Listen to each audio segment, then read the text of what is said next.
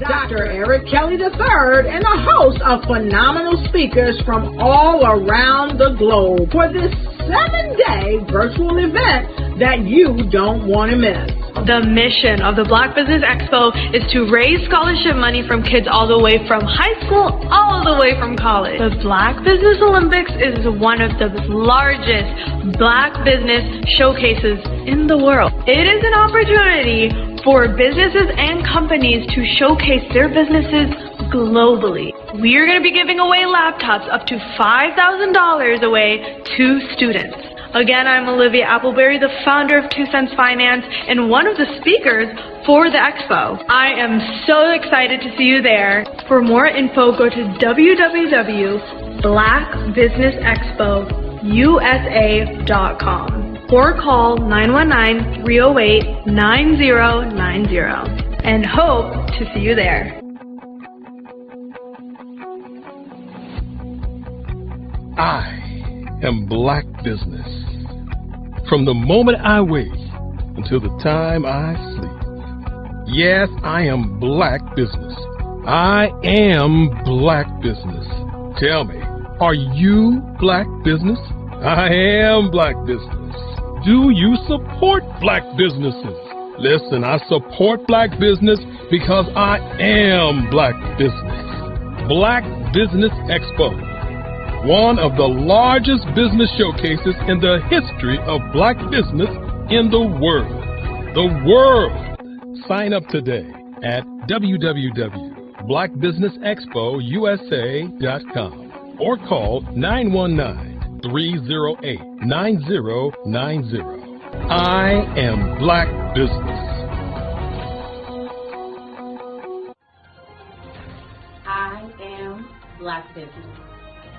From the moment I wake until the time I sleep, I am Black Business.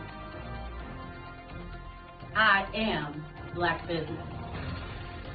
Are you Black Business? I am Black Business.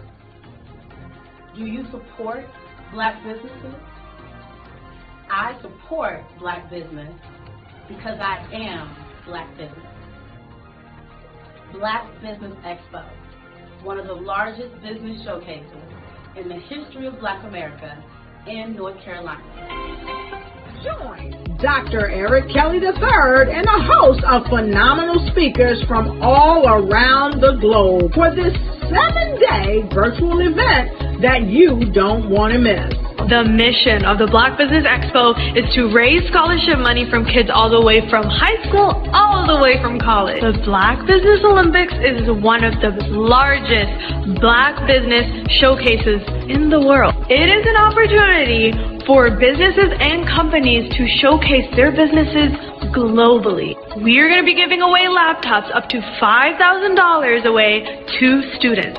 Again, I'm Olivia Appleberry, the founder of 2 Cents Finance and one of the speakers for the expo. I am so excited to see you there. For more info, go to www.blackbusinessexpousa.com or call 919-308-9090 and hope to see you there. I am Black Business. From the moment I wake until the time I sleep. Yes, I am Black Business. I am Black Business. Tell me, are you Black Business? I am Black Business. Do you support Black businesses? Listen, I support black business because I am black business. Black Business Expo, one of the largest business showcases in the history of black business in the world.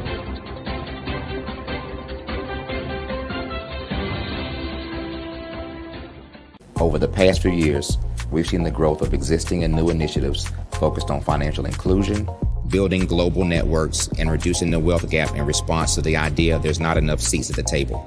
Whether their outcomes are to increase the representation of black executives on corporate boards, ensure an inclusive global economy, or to create new U.S. African commercial pathways, the strategies are often carried out by separate programs. The question is, should they be?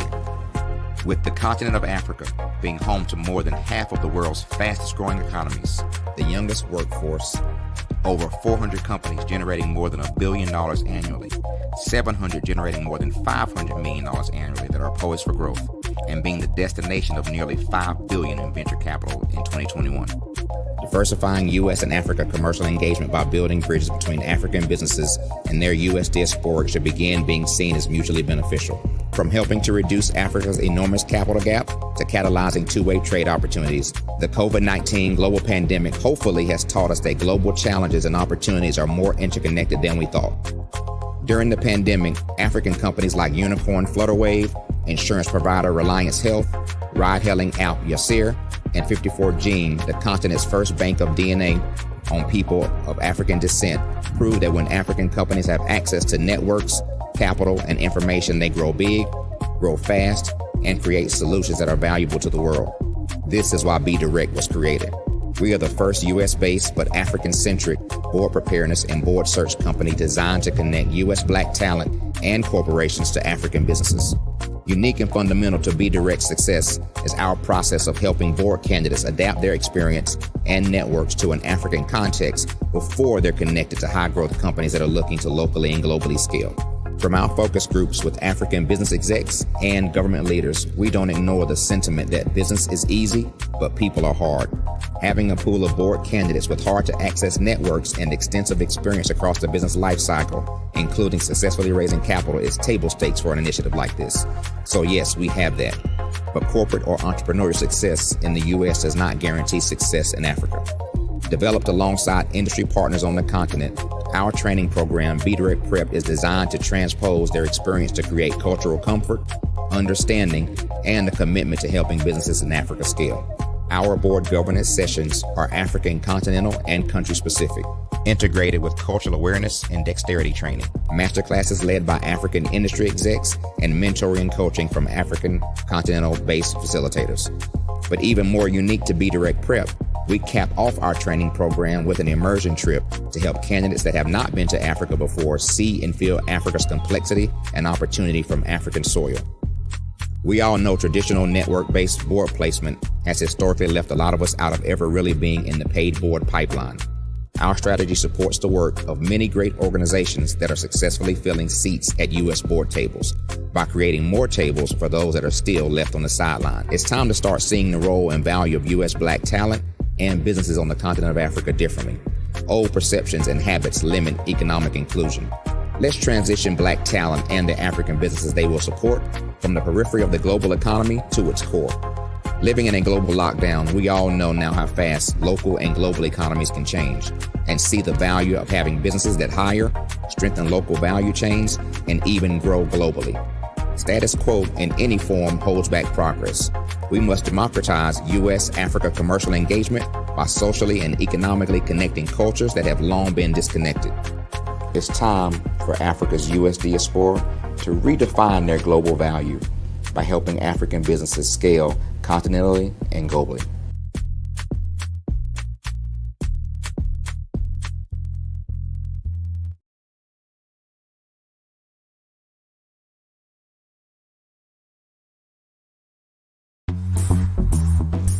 Attention all entrepreneurs and companies. Are you looking for reliable and efficient virtual assistants and back office support to help you manage your business tasks? Look no further than Superwoman Business Services.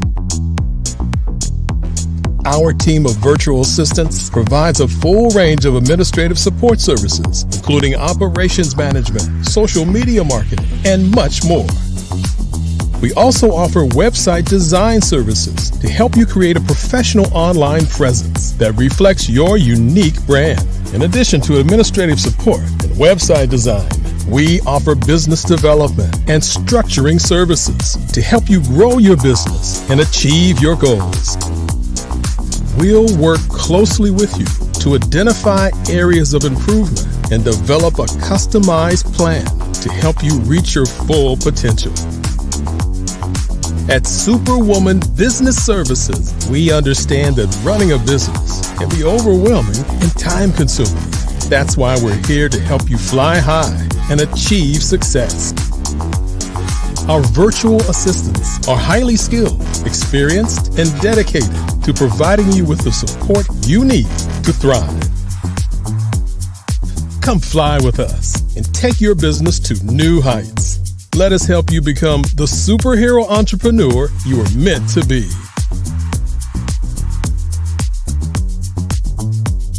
Contact Superwoman Business Services today to learn more about our back office support services.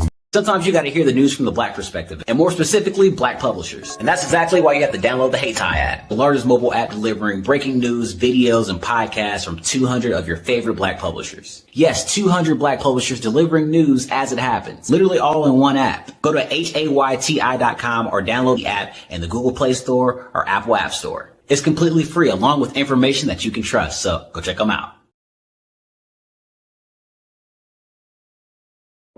Ladies and Social media is evolving. It's more vibrant, more colorful, more energetic, and so are you. It's not just photos anymore.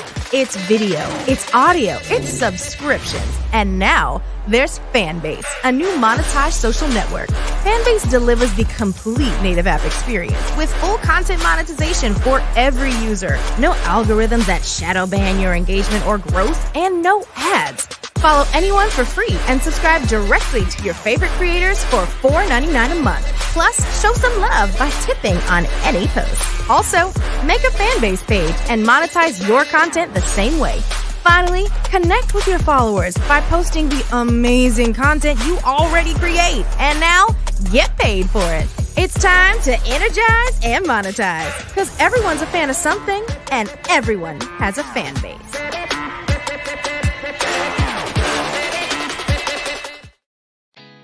Did you know women represent just 3% of Fortune 500 CEOs and less than 15% of corporate executives at top companies worldwide? Have you wondered what the secrets are to getting into the top ranks, whether in the private or public sector? Do you want to figure out how to stop being held back in your career or passed over for promotion? Then you're in the right place. Hi, I'm Dr. Madeline Ann Lewis, President and CEO of the Executive Women's Success Institute. I have decades of experience in the military, the federal government, and corporate America, and my mission is to help women succeed and tap into their full potential. I want to reach 1 million plus women around the world to become the leaders they are meant to be. So if you want to move into a management or executive level position, or maybe you are a female veteran transitioning out of the military into business entrepreneurship, then reach out to the Executive Women's Success Institute at 301-693-3284. Let us get you on the fast track to success.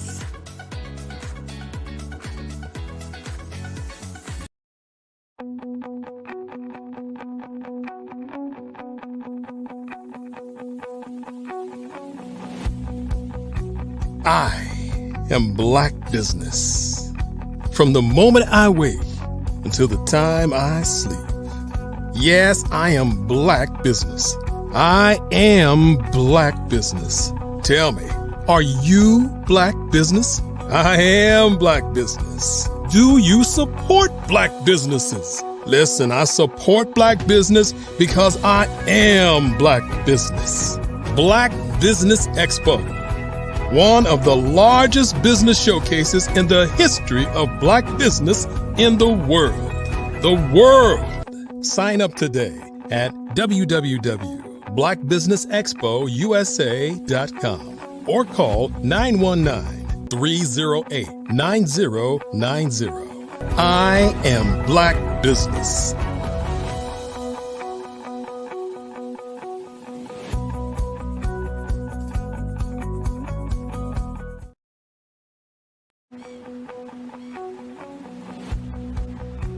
I am Black Business.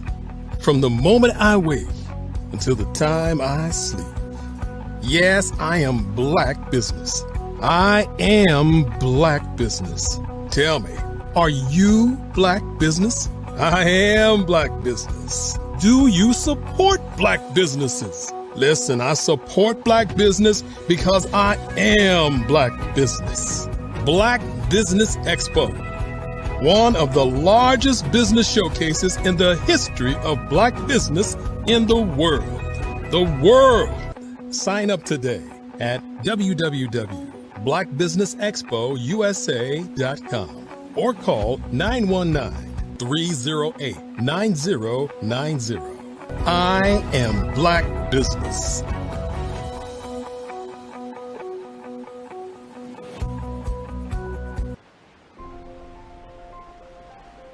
What if you could build your own city? A place where every child can find nurturing people to help them achieve their full potential. A place where every adult can access job training support, where health education is abundant, where social justice ruled the land. A place without limitations. Welcome.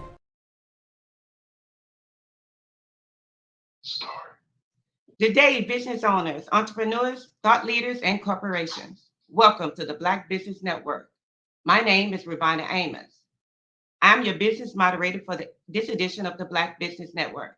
The Black Business Network is a 24-hour business network showcasing Black businesses, business owners, entrepreneurs, and thought leaders worldwide. We have speakers from North Carolina, London, Singapore, Africa, Japan, and clients all over the United States. The Black Business Network is a global community sharing its business knowledge to empower, inspire, and educate businesses about businesses. We will be doing a fireside chat with Margie McLean. Margie McLean is a dedicated counselor, educator, mentor, and community life coach with over 20 years of experience in empowering and leadership workshops.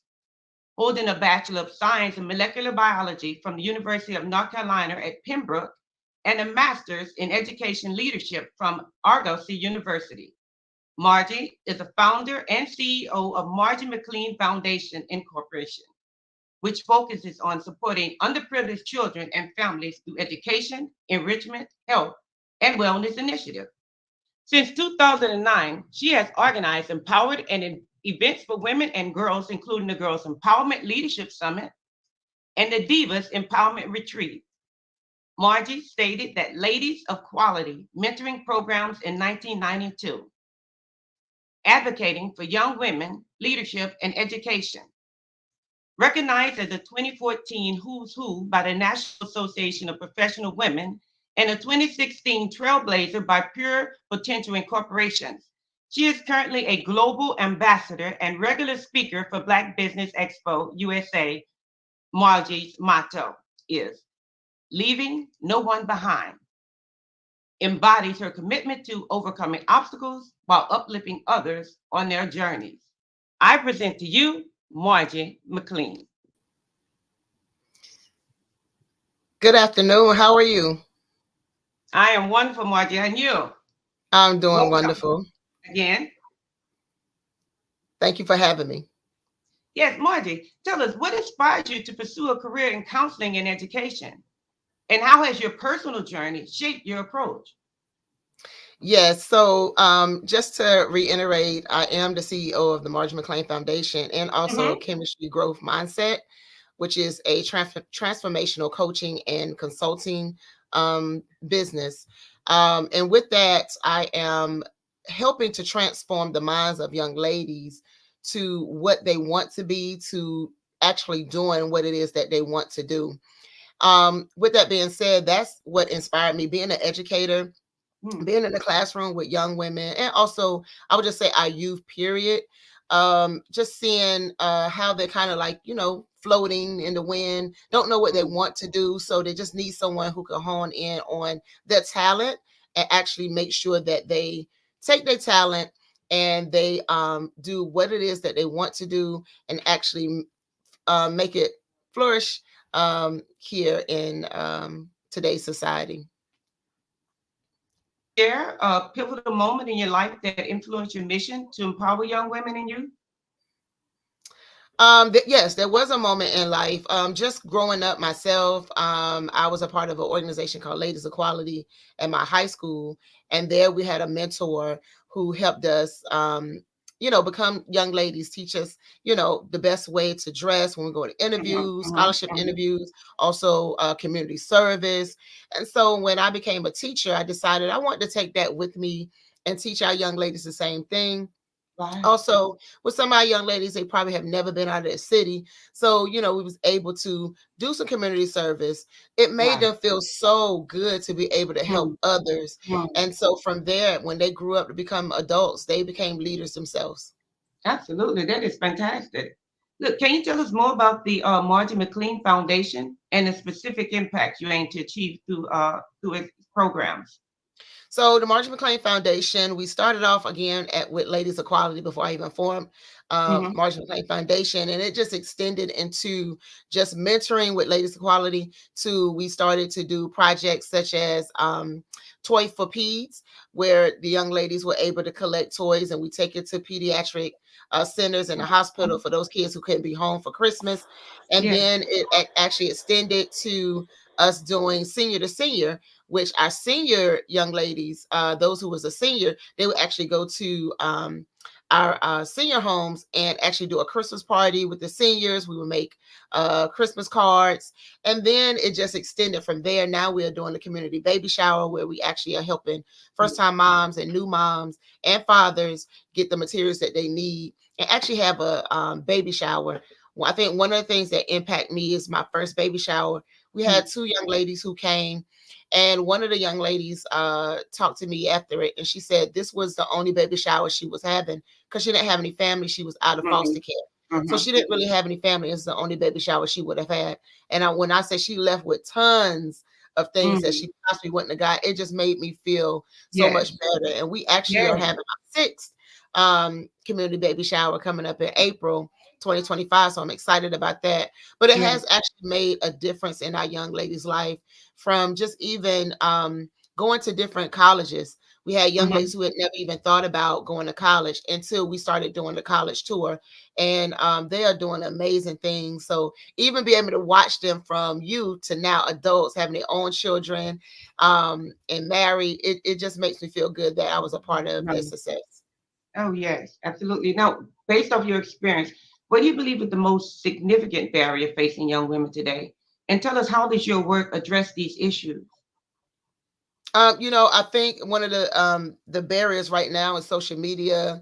I'm gonna have to say also reality TV shows. I was listening to the young lady who was before me talking about how women are sexualized. And now our young girls feel like that's the way to get attention. So for me to counteract that barrier, it's just good for me to be able to host workshops for young ladies. I do one called Dressing for Success, teach them how to dress and dress for success. I even had a panel discussion where I had young men come in and we had questions so they can hear what young men think about maybe the way they dress. Is that what they want or it's not? And it made an impact on young ladies to see that, young men may not want to see you like that. They see you, but they may not think much. So, just having the discussion with them, especially when I used to do my teen talk, My Mind Matters, it definitely was a great thing to have. I'm hoping to bring that back where we have some teens to come on and discuss different issues that they are dealing with within their community. Okay. Now, how have the events and workshops you've organized evolved over the years? And what are some of the success stories that stands out to you?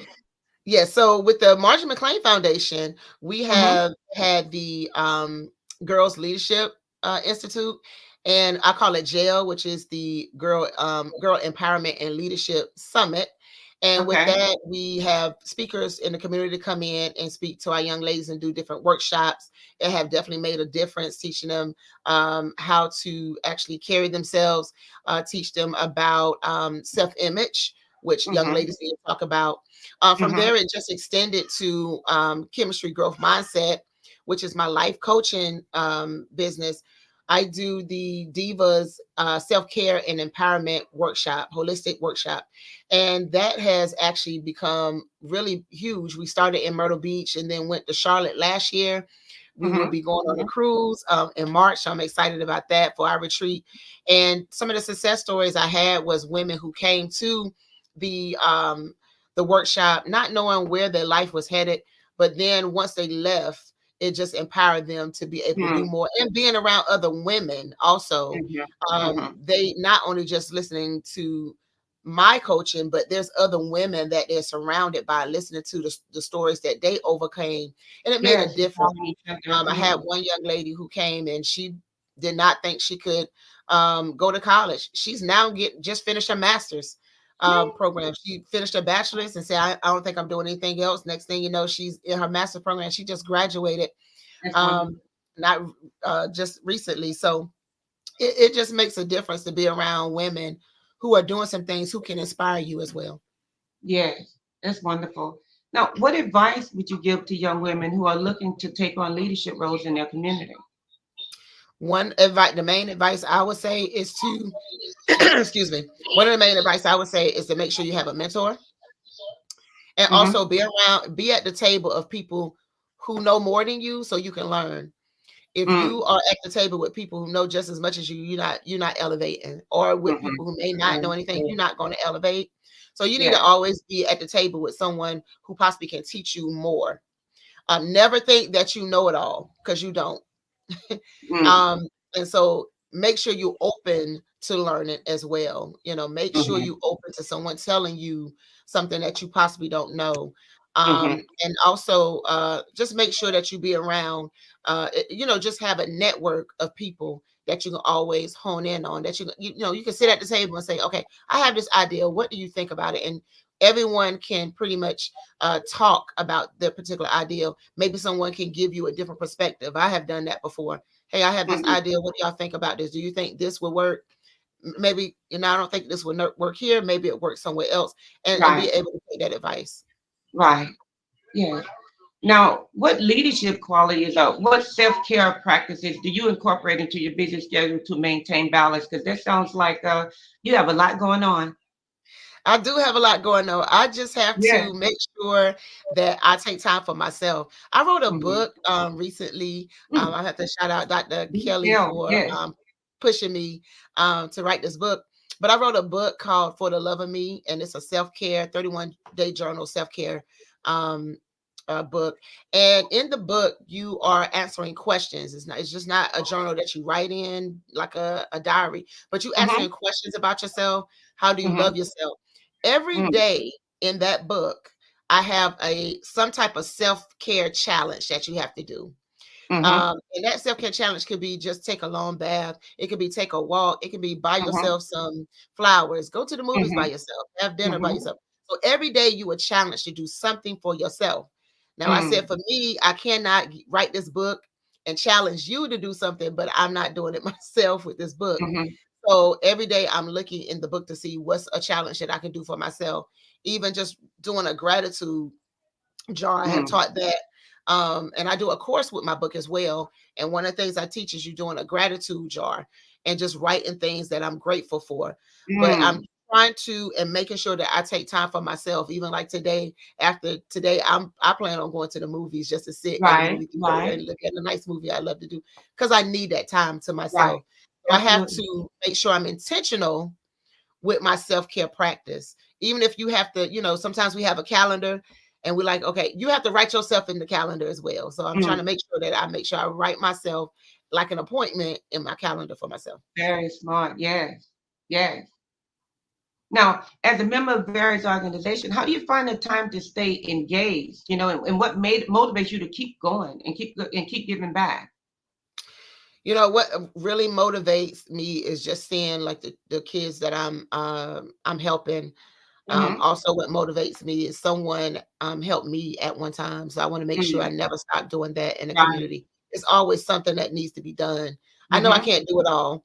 So I try to make sure that I partner with other organizations and community leaders as well.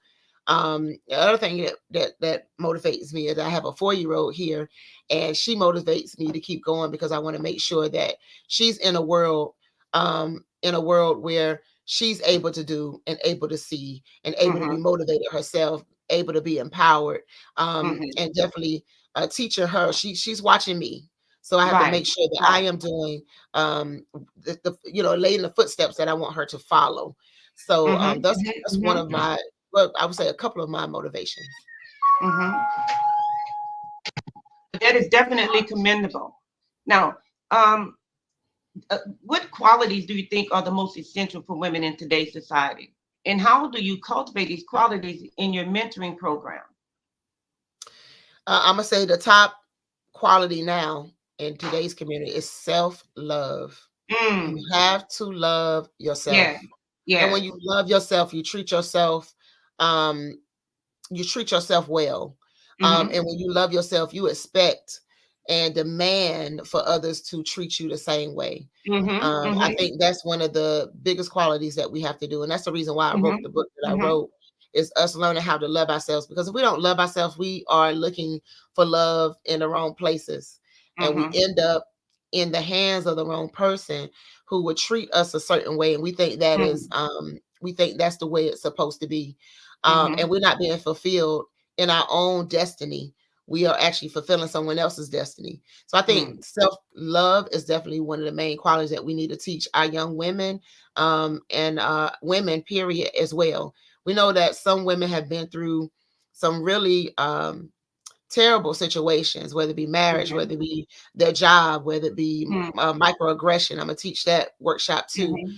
Microaggression, not even just at the hands of um, our workers, but also at the hands of us. Sometimes we have microaggression amongst ourselves. How do we Mm-hmm. teach us to be, Black women to come together and work together for the better cause of our community? Mm. So just the self-love, I think, is one of the main qualities. Okay. Now, looking ahead, what are your aspirations for the Margie McLean Foundation in the next 5 years? In the next 5 years, I am looking for the Margie McLean Foundation to extend beyond North Carolina. I'm looking for it to, extend internationally within the next 5 years. Um, I want to see this program actually help women across the world, not just here in my city or here in my state. Mm-hmm. I Mm-hmm. am looking to build some more programs. We have 4 um, main objectives, and Mm-hmm. education is definitely one. And just being an educator and seeing how our education system is failing our kids, I want to be a part of that solution, not a part of just the complaining, but a part of the solution. So I can Absolutely. see us extending beyond North Carolina and, like I said, internationally as well. Absolutely. Okay. Now, how do you envision the future of empowerment, of the empowerment initiative for women and the youth evolving? So, my empowerment retreat, I am actually again looking for it to become international as well. Um, Mm-hmm. Again, it's called the Diva Self Care and Holistic Empowerment Retreat. And so I call it that because we need to retreat sometimes away from how life is just throwing things. We got this saying, life is life. And sometimes some women cannot handle a lot that's going on. And sometimes we Mm-hmm. need to remove ourselves from the busy. And so with that being said, I'm looking forward to us growing. I'm looking forward to us growing to plenty of women coming, and we all are being empowered, and we all are having some type of holistic release of things that we've been holding on all year or for 10 years. We had a young lady come and talk to us about trauma, childhood trauma. Mm-hmm. And with that being said, we hold on to a lot of things that we have dealt with from our childhood up and bring it to our adulthood and don't really know why we're doing some of the things we're doing. So for me, I am currently in a program to get my doctorate in traumatology because I would love for us to talk more about the traumas within our community, us to be able to identify those traumas, as well as how can we release those traumas. And how we can make sure that we don't take those traumas and instill it on the next generation. So that's my vision for my workshops. And that would be wonderful and it's much needed, as we all know. Thank you so very much for being with us today, Margie McLean. And thank you for sharing your expertise on the show. Are there any parting words you'd like to leave the ladies with, or anyone who's viewing? Yes, I would love for you to please go on Amazon and find my book, For the Love of Me. It's Margie Y. McLean.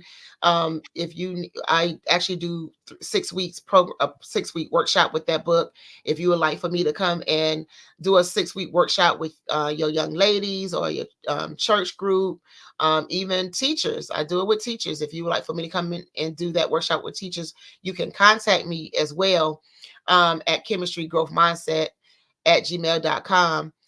You can also follow me on Instagram, Facebook, and also we have some videos for you to watch on YouTube as well. If you need a mentoring program in your area, you can contact me at Margie McLean Foundation at gmail.com. And I'll also ask for you to follow me as well. We have a lot of things that is needed within our community.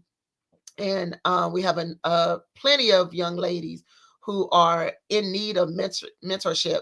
And I would love to come your way and speak to your young ladies as well. Thank you so very much. Now, you talked about Teen Talk. What would be some of the issues you would discuss with the young ladies on Teen Talk? We spoke about everything. One of the things we discussed was self-image and self-love on the Teen Talk. I actually had more than one teen come on. We talked about that. We talked about bullying on our Teen Talk as well, which was really good. You can also find some of those on YouTube as well. And then we also discussed peer pressure. So we talk about those different things, the issues that our kids are dealing with, that they feel like they can't talk to maybe their mom, their parents, or someone they know, but they want to be able to share and express themselves. Because a lot of times, let's be honest, adults, we don't have time to listen or don't want to have time to listen to our children. And sometimes when the child is telling you how they're feeling, we sometimes believe that the child is being disrespectful. And sometimes we just need to sit down and listen. And that grows up into adulthood as well. Again, childhood trauma, telling them to be quiet, they have no say, what so have you. And so when they become adults, that's just how they are. They hold things in until it pretty much manifests and blow up. So those are a lot of things that we talked about on the Teen Talk, and I'm looking forward to bringing that back and hopefully having some teens on to talk as well. I would love for you. That's great. And I would love for you to elaborate a little bit about your book. We kind of skimmed over, but I know that's a lot of meat in there. So I would love for you to share more about the book. All right. So For the Love of Me is a 31-day journal to self-love. In that book, we are teaching women or teaching anyone, I'm going to say men also. We're teaching them how to love themselves again, how to look within themselves and see that they are worth love. They are worthy. Teach them gratitude, how to be grateful for the little things. You may not have everything that everyone else has, but you have something that someone doesn't. So just be grateful for that. Teaching them how to love themselves again, say they are worthy. I have a small little story about myself in there. In that, I have an affirmation wheel. And with that affirmation wheel, you create an affirmation about every aspect of your life. So it could be finance, it could be your family, it could be your diet. You just create an affirmation. And so in my 6-week program, we go through all of those chapters and we talk about everything in that book. And with that being said, I think that it has really inspired the women who got in the book. I was, just to get the testimonies coming back to tell me how this book is really, really helping them and how they need it. And I had some women who want me to come and do a group counseling with them. And so I'm looking forward to that. It has really changed lives. It have changed lives for me, even doing the book, as I was just going through things that I have been through within my, relationships, whether it be family, whether it be romantic relationships or what so have you. And sometimes we can lose self-esteem. So we have to learn how to build that back up and love ourselves again. So, those steps are very, very, very, very helpful to how we can see ourselves again as us, because sometimes we lose ourselves within the people that we surrounding. Also, the book teaches you how to value your goods and your bads. You may fail at some things. It's okay to fail. But are you just going to stay in it, or are you going to pick up and figure out how can I do this better and move forward? So I love the book. Again, it's on Amazon. It's a really great book, teaching you how to really, really look inside yourself. Again, you even get a chance to write a love letter to yourself. How many have sat and just wrote a love letter to themselves? You have 3 love letters that you write to yourself. And that can sometimes be kind of hard, whether we know it or not, when you're trying to write a love letter to yourself. So, Yes. Now, Margie, tell us.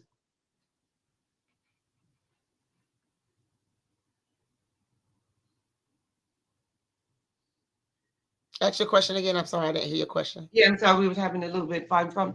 Tell us, as a young age, when did you start to feel that this might be your area, mentoring to other women? Were you very nurturing as a friend, as a young girl? Yes, I was. As I was younger, I was always the friend that everyone would come to and needed advice or wanted to talk to about situations. Didn't really think this is what I would end up doing, being a speaker. And I know that this was a calling for me, but I'm not gonna lie, I ran from the calling. I was always one to hang with the fellas, not really hang with the young ladies. So when the Lord gave me this mission to do, I'll be honest with you, I ran from it, and I ran a long time until I just decided to just go ahead and give in. But yeah, so I really did not think that this was my calling at first. But when I became a teacher, and seeing how I was impacting young ladies who had never had anyone to pour anything into them, listen to them, tell them that it was beautiful, tell them you were a queen, giving them positive affirmations. It just, for me, I said, I need to do this going forward. Our young women, Black women, Latino women, Caucasian, they all need this because a lot of our young girls start off in domestic violence, domestic relationships, but they think that's the way it is, that they supposed to be, and that's how they are shown love. So just to give that to them, and especially if they don't have any mentorship in their lives growing up, they need someone. Now, how young are we talking? What's the youngest ages that you've had to deal with in your program? The youngest that I did with was middle school age. So and we're looking at going a little further younger, but I started middle school. And the reason why I do middle school is because in middle school is when they start to try to find themselves, trying to figure out who they are. And so someone has to hone in on that and lead them and guide them. They need a lot of guidance in that area in middle school. So I started off in high school, but I want to catch them before they get to high school. And I may need to go even further and catch them in elementary. I became an elementary teacher last year. And I'm seeing how we need to start even earlier than middle school.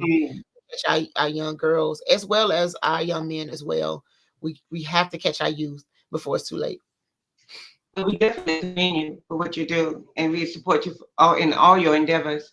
I'm wondering, have you started a writing program for the girls? Have you initiated that in there to draw up the writers and the creativity? I have not thought about that, but that's a good idea to do.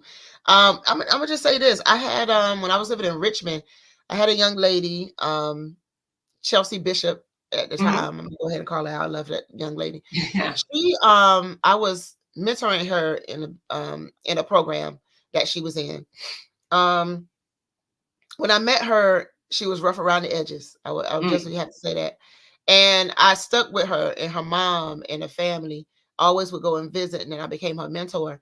So I remember one day going to the house, and she showed me a book of her poetry. And I started reading the poetry. I said, "You need to put this in a book." She said, "For real?" I said, "Yeah, you need to put this in a book. Why is this not in a book? You need to publish this." She didn't think anything of it. So maybe years later, after I stopped mentoring her, but I would still call and check on her. I wasn't her, official mentor, but I still would go and see her. I received a picture of a book and a dedication. And in her book, she put a dedication to me in her book to commission her. And she published those poems. That And is I was so fantastic. proud of her. I was so proud and still proud of her. I still tell everybody about her. She's doing some wonderful things now. She's a doula. She has a family. And I am, that's one of my success stories, I would say. Not calling her a success story, but I would say that's one of the things I am proud of that young lady, not because of me, but because she decided to do that. But I never thought about that. So I'm going to write that down. Write that down in my memoir to do that. Fantastic. Now, and I know you work with kids, but the cruise that you mentioned, that is for adults, correct? Are you taking I'm sorry. You mentioned a cruise? Yes, the cruise. We're doing the Divas Empowerment Cruise. That will be March 9th through the 15th. It will be on the Carnival Horizon, and we are just going to get away for a little bit and enjoy all the women who came to my event. We're going to enjoy each other. We are first going to Jamaica, I believe, and then we're going to go to the Cayman Islands. We're going to end up in Mexico and come on home, but it's just a way for us to get away from life and just enjoy each other. Everybody's invited. Whoever wants to come. How would they sign up? Do you have any information available for us? Or So what you can email me at Marjorie McLean, chemistry growth mindset at gmail.com, and I will send you the information about the cruise and the timing and who you need to contact for it. Yes. Now, how did this come about? Was this like, let's start off by celebrating your book type thing, or how did this cruise come about? So with the Divas Empowerment, I wanted to kind of move it around. Like I said, we started in Myrtle Beach, and then we went to Myrtle Beach again, and then we came to Charlotte, which was amazing. And then this year, I said, you know what, I would love to do a destination empowerment retreat. And so I said, I think I want to do a cruise. So I talked to the ladies, would you like a destination or a cruise? And some of the ladies was like, I would love a cruise. It'd be my first cruise, which it'd be mine as well. And so I decided to do the cruise there. And so what I did decide was, instead of doing workshops, we're just going to go and have fun. I don't want to go in and we just doing a whole bunch of workshops on a cruise. We want to enjoy each other. So you can get your balcony. I got a balcony suite. And so just come out and have a good time and just have some fun and just get away for a little bit, and also discussing things at the same time. We can be discussing, a couple of things that women are going through, and just still have that camaraderie and those conversations that are needed. Okay, and that sounds great, and thank you for sharing that information with us. You're welcome. Now, the different organization and the foundation itself, what are the things that you find you're most lacking? I would say most lacking. Let me see. I think sometimes it could be the support that we want. We look for support in family. I would say more family oriented support. One of the things that I also teach young ladies or anyone that's trying to start a business, because I do a business workshop too for entrepreneurs, especially for kids. I do a workshop called Turn Your Passion into a Paycheck. So anything that you love to do, I teach them that you can turn that into a business. Absolutely. So a lot of times they come to me and say, hey, I don't get enough support from my family. and my friends, and I tell them sometimes that's not where you need to look. That may not be your customer, your client, your audience. And I try to teach them not to be so disappointed in that. Sometimes that's regular. Even me having an event, I was supposed to have an event on November 16th. I said I'm gonna bring it to my city. But I didn't get that much support. Was it, disappointing? It is disappointing. But I will say I had a young man who was my vendor, and he emailed me and said, what happened? And I told him, and he said, that's just not your area. And so you're gonna have to find another area to go to. And he said, whatever support I have, I got you. You'll find out that you find a lot of support from people you don't know, more so than people that you do know that know you. Sometimes that's hard. That's a hard pill to swallow, but sometimes you have to swallow it and keep moving. That way your business will be able to flourish the way you have to. Right. Yeah, absolutely. And again, we commend you for what you do. We know this is not an easy thing to do.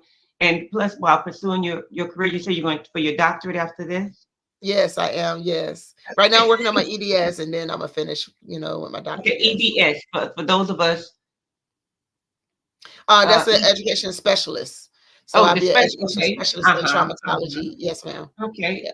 Okay, that would be fantastic. And we look forward to seeing everything that you're going to do in the future. Please keep us informed and we'll be inviting you to come back out, especially once you get that doctorate and come back and give us that trauma class. I know that is so needed. You envisioned it in your mind at all, how this is going to work? Yes, so I am actually always writing different courses. I write courses as well, and I help others write courses for their books. And so I'm always looking at what is needed in our community that we don't talk about. I'm one of the ones that I have the workshops on the things that we're scared to talk about: domestic violence in the church, domestic microaggression amongst ourselves. We kind of be scared to talk about some of those conversations. So I bring those conversations twofold. So with that being said, traumatology is definitely one. Us as a African American community, we be kind of scared to talk about those things that our parents have instilled on us that has become trauma, really, that we don't know, we think is regular. And so now when we have children, we now instill in that trauma. We have to stop it somewhere. We got to break that chain somewhere. Yeah. But once again, we commend you. And I hear what you're saying. I want to make sure I understand you. So what you're saying, you're taking all your education and all your learning experience, and you're rewriting a curriculum that is based solely on the needs of the community that you serve. Correct. That is absolutely wonderful. That is absolutely wonderful. And we thank you so much for what you do. And any last, really final, I know we like preachers now. We're going to close 3 or 4 times. Give us your contact information one more time. Give us all the information. Please give it to them slowly so we can make sure everybody gets so you can find me if you're looking for life coaching or group coaching. You can find me at Chemistry Growth Mindset. On Facebook, you can find me on Instagram, as well as YouTube, on YouTube as well, if you want to watch some of the videos as well. You can also email me at chemistrygrowthmindset@gmail.com. And if you would like mentoring programs in your area, you can find me at Marjorie McLean Foundation @gmail.com. And you also can find me on Instagram at Marjorie McLean Foundation with the number 1 at the end. Yes. And the cruise is the Diva Empowerment Cruise. So if they Google it, would they be able to find it? Is there a website for it, or? They can email me at chemistrygrowthmindset@gmail.com, and I will send them the information for the cruise. Yes. Absolutely. Thank you. And this is for adults. Is there an age limit, or are they taking young women? We take it starting at 18. 18 and up. Yes, ma'am. 18 and up. Okay, fantastic. Thank you so much. So we have, let's do a list of all the organizations again. Give me one. Let's start with the first one. We have the Marjorie McLean Foundation. Okay, and what's the next one? Because I want them to go Google it. What's the next one? Chemistry Growth Mindset. That's spelled with a K. Chemistry Growth Mindset. Okay, and we have the Divas Self-Care Empowerment and Holistic Wellness Retreat. And she's still trying to get her doctorate, people. That is wonderful. I applaud you. Thank you so very much. You're awesome. You're wonderful. We love what you do. And please continue doing what you do. Thank you so much for having me. I was born in a little village on the island of Haiti. Many deadly diseases pounded me. It is as if they were on a mission to end my existence on this earth. I refused to give up. In 1983, I left Haiti and came to the United States of America. And I came with $5, 2 shirts. I didn't speak in English. I came to Atlanta. I got a job. I was a doorman. I was a doorman with a dream. What I used to come on stage. I'd rehearse this moment that I'm standing in front of you. That's the power of a dream. Maybe today is the day you begin acting as if you already have it. And then step out with full force. Take a risk. No condition is permanent. Don't let your situation distract you. You are chosen. You are called. You are born for a purpose in this life.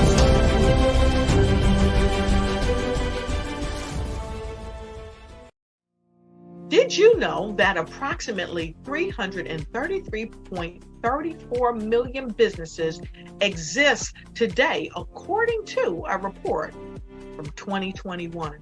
And you may be one of those businesses, or maybe you're not in the business market yet, but you're aspiring to be a business owner. Well, guess what? You're in the right place at the right time. Because let's face it, everything is about timing and opportunity. Hi, my name is Dr. Lotus Richey, and I'm the CEO and founder of the Lotus Richey Coaching and Consulting LLC, along with the Lotus Richey Ignite Show. 15 minutes of success with Dr. Lotus Richey, as well as books to boom your business and bring who you are. And today, I want to bring this amazing message to you about the Black Business Network and the Black Business Olympics. See, the Black Business Network and the Black Business Olympics is designed to help people just like you, that's right, that look like me, to take their business to the next level. Not just in your front yard or your backyard, but globally. The Black Business Network and Black Business Olympics is designed not to just help you survive, but to help you thrive. So join us today as we come together with businesses all around the world to support our students, our children, our young teens, our young entrepreneurs. What we do is we come together to help raise funds for students who are aspiring to be business entrepreneurs, who are aspiring and who are thriving in college. We endow them with a wonderful opportunity to gain scholarship of either a laptop or several thousands of dollars. And we invite you to help be a contributor to this amazing opportunity to help someone that looks just like you. So join us today at our website and let us connect with you and help you ignite and take flight in every area of your life on the Black Business Network and the Black Business Olympics. I'll see you on the other side.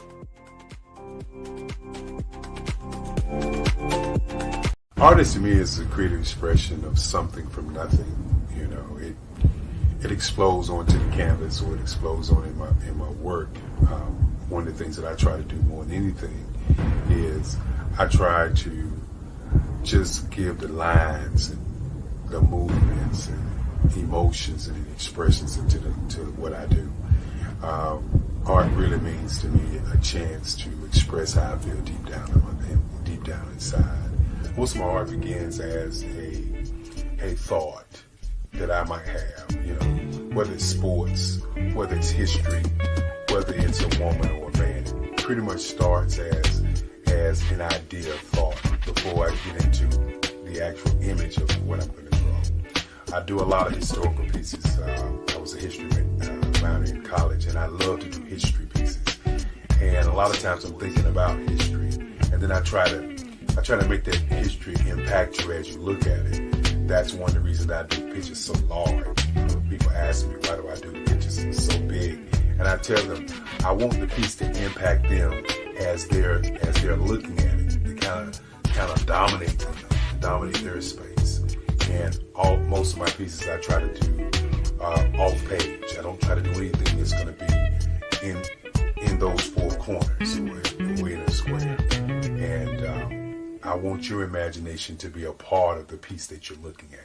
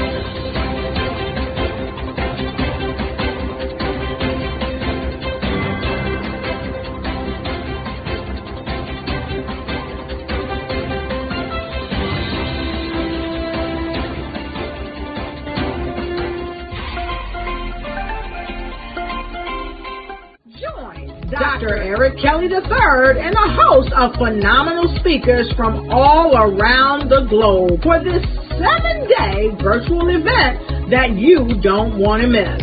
The mission of the Black Business Expo is to raise scholarship money from kids all the way from high school all the way from college. The Black Business Olympics is one of the largest Black business showcases in the world. It is an opportunity for businesses and companies to showcase their businesses globally. We are going to be giving away laptops up to $5,000 away to students.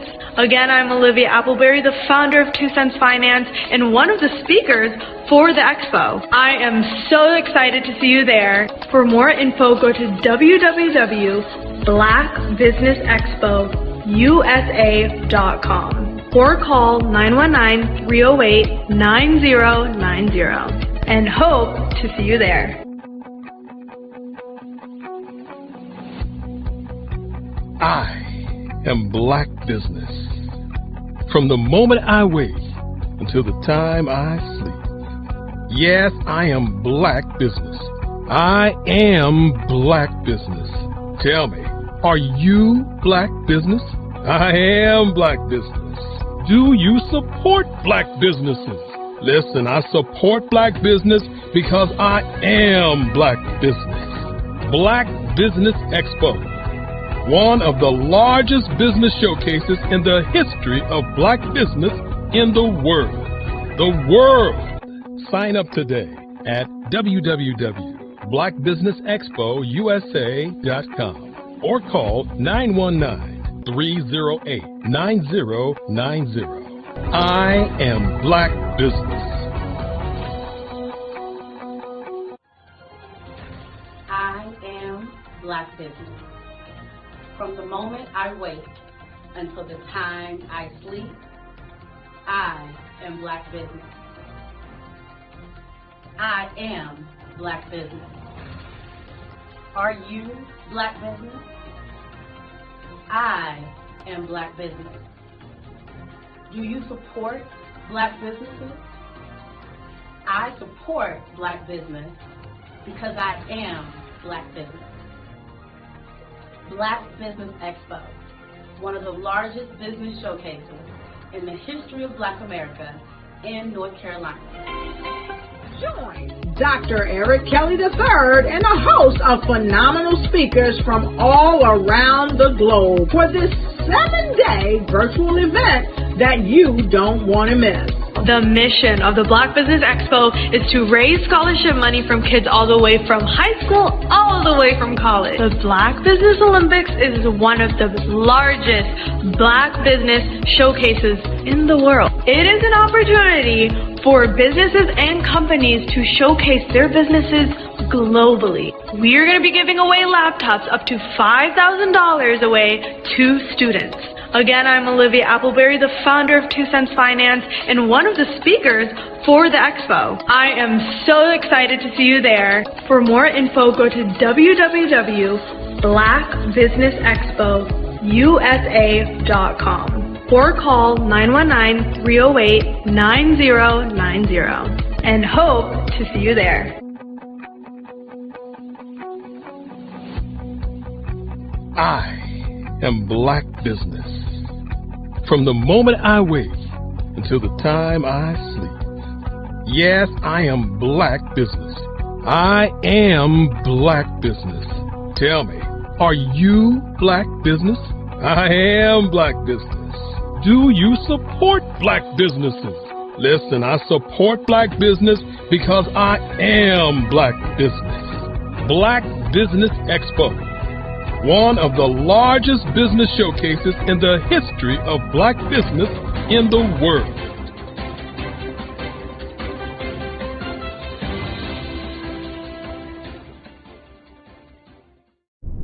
Sometimes you got to hear the news from the Black perspective, and more specifically, Black publishers. And that's exactly why you have to download the Hey Tie app, the largest mobile app delivering breaking news, videos, and podcasts from 200 of your favorite Black publishers. Yes, 200 Black publishers delivering news as it happens, literally all in one app. Go to HAYTI.com or download the app in the Google Play Store or Apple App Store. It's completely free, along with information that you can trust, so go check them out.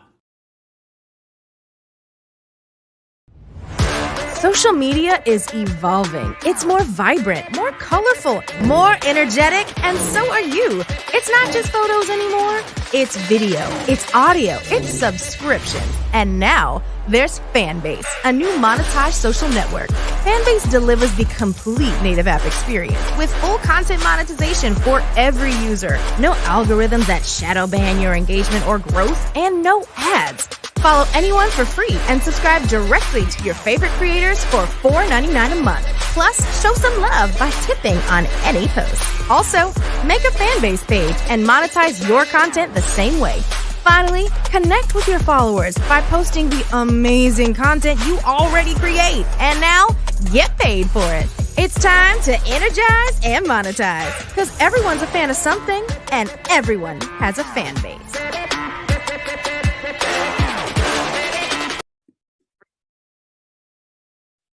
Hello, I'm Dr. Madeline Ann Lewis, President and CEO of the Executive Women's Success Institute. And my genius is helping women accelerate the path to success. You know, I was blessed to have strong women in my life who encouraged, motivated, and pushed me to do my best and to never even think about giving up on my dreams. So I say to women, we must show up to rise up.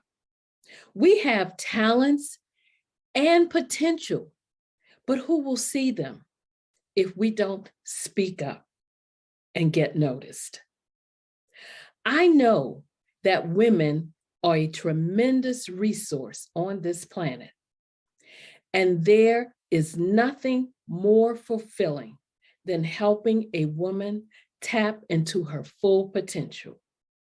I do this because I want to be a part of helping as many women as I can to show up, to rise up. I do this because genius is common. Did you know women represent just 3% of Fortune 500 CEOs and less than 15% of corporate executives at top companies worldwide? Have you wondered what the secrets are to getting into the top ranks, whether in the private or public sector? Do you want to figure out how to stop being held back in your career or passed over for promotion? Then you're in the right place. Hi, I'm Dr. Madeline Ann Lewis, President and CEO of the Executive Women's Success Institute. I have decades of experience in the military, the federal government, and corporate America, and my mission is to help women succeed and tap into their full potential. I want to reach 1 million plus women around the world to become the leaders they are meant to be.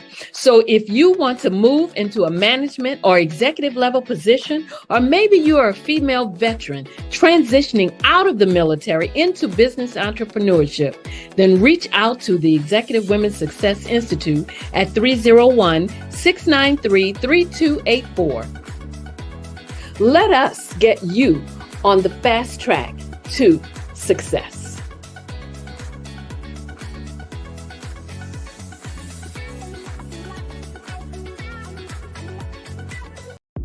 The Black Business Network and Black Business Olympics are essential platforms for Black business owners globally.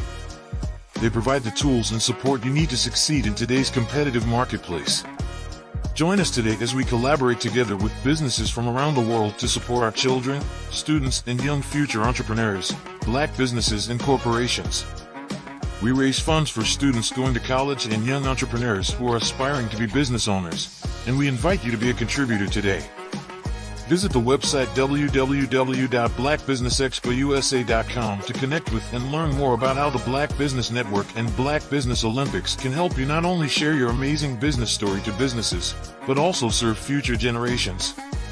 Hello, my name is David Jones, CEO and co-founder of the Hello LLC, where we help businesses build a culture, brand and experience, and leverage technology to pivot into Web3. Join the Black Business Network streaming live into Roku, Metaverse, STEM City, Black Multiverse Enterprises, Hulu, YouTube, iHeartRadio, Apple, Facebook, LinkedIn, Spotify, Twitch, and Google Podcasts. Tune in, turn on, and let's thrive.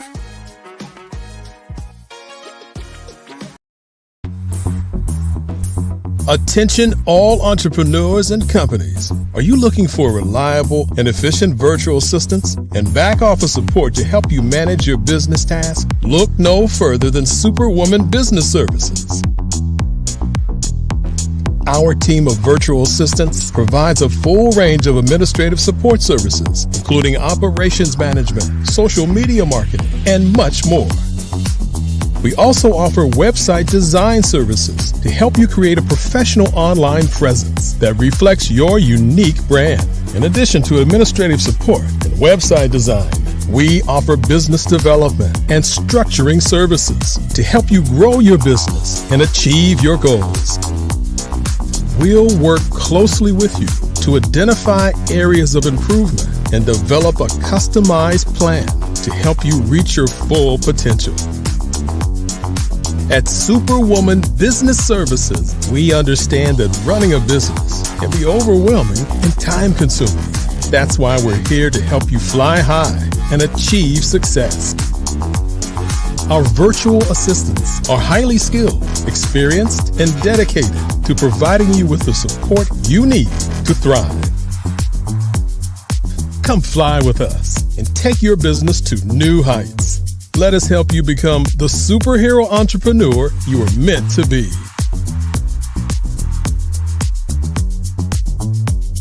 Contact Superwoman Business Services today to learn more about our back office support services. Come fly with us and take your business to new heights. 5-Star BDM, Brand Development Masters, is a professional consulting and advisory group keenly focused on business development services for the small to mid-sized business and entrepreneurs. Although every business is unique, they often share business development challenges that can be addressed through smart branding. Services include process improvement and operations, digital strategy and transformation, business intelligence, digital marketing, and personal branding. Our business and personal branding company has helped a number of professionals and organizations to optimize and grow. This results in more business, more opportunities, better reach, positive outcomes. Visit www.5starbdm.com today to learn more.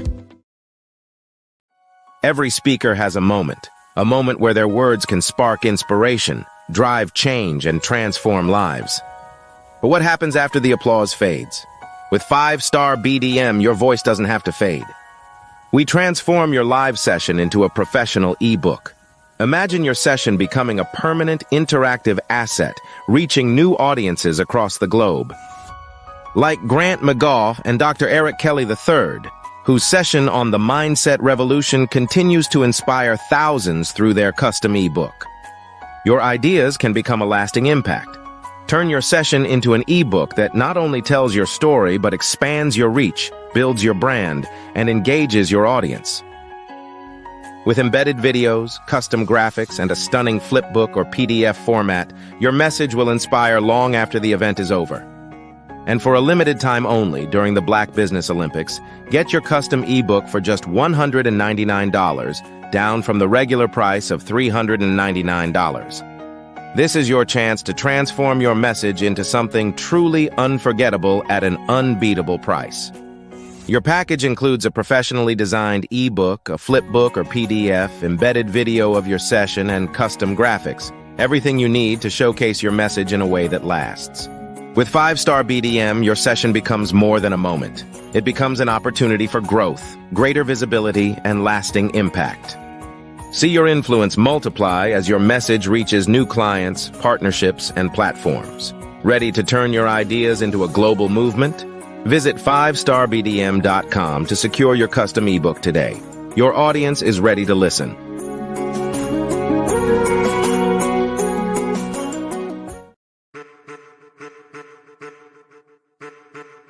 I am a child of the Most High God.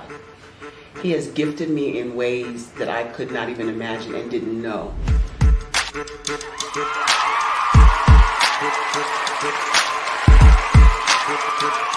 There was a time when I didn't know who I was. I listened to other people tell me who I should be, what I should do. I listened to people telling me that I should be a boutique owner, that I should be a construction manager, that I should be a laborer. Have you ever felt like you should do something else, be something else, go somewhere else, be wherever you wanted to be, and you felt like you were in a box? Anybody in the room? And you couldn't get out. Anybody in the room? And you kept trying to go and go and you couldn't get out. Anybody in the room? But let me tell you, you need to rock the box. Rock the box.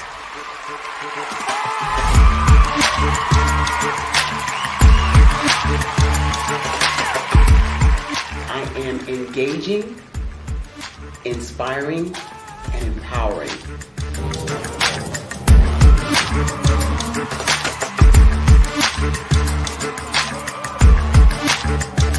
I would give you everything I know. Just by touching you, if I could, by osmosis, give you every single thing I've learned, I've gone through, I know I would. We know that's not possible, but as it is possible, I love to share information with people. Some of you out there, people have told you that you can't be, you can't have, you can't do. But I will tell you, like Kingston said, you can, you must, and you will. If it's to be, it's going to be me. You got to say it. If it's to be, it's going to be. If it's to be, it's going to be. If it's to be, it's going to be.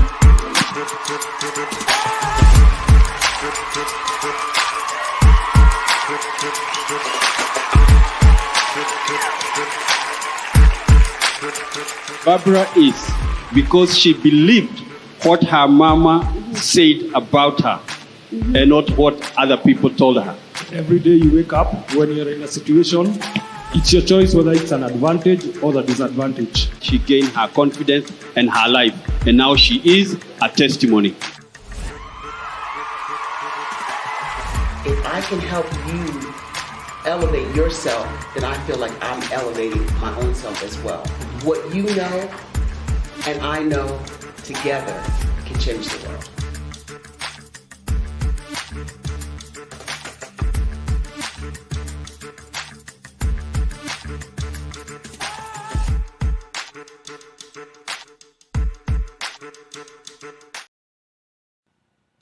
Hello, my name is Kiasi Helm and I'm 14 years old. I think my genius would probably have to be setting goals and achieving them. I say this because ever since I was young, I always wanted to be an author, and at age 11, I ended up achieving this. But not only did I end up becoming an author, I ended up becoming a public speaker, a publisher, a business owner, all these great things. The name of my business is Written by Kids Publishing Company.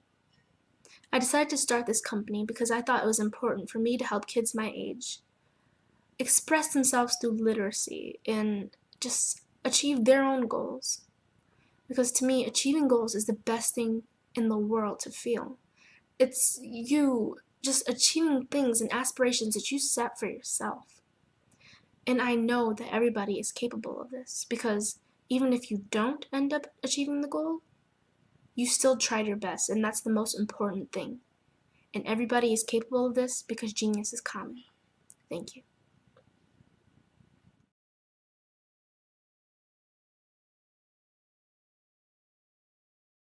The Black Business Expo's mission is to raise funds for high school seniors going to college or K-12 entrepreneurs. This expo is a fundraiser for students. Please, you may go to www.blackbusinessexpousa.com to donate to the scholarship fund or use the Cash App at $BBXUSA. Our goal is to give laptops and up to $5,000 to 10 students. Students can register online at www.blackbusinessexpousa.com. Every dollar counts. Please donate to the Black Business Expo USA Scholarship Fund.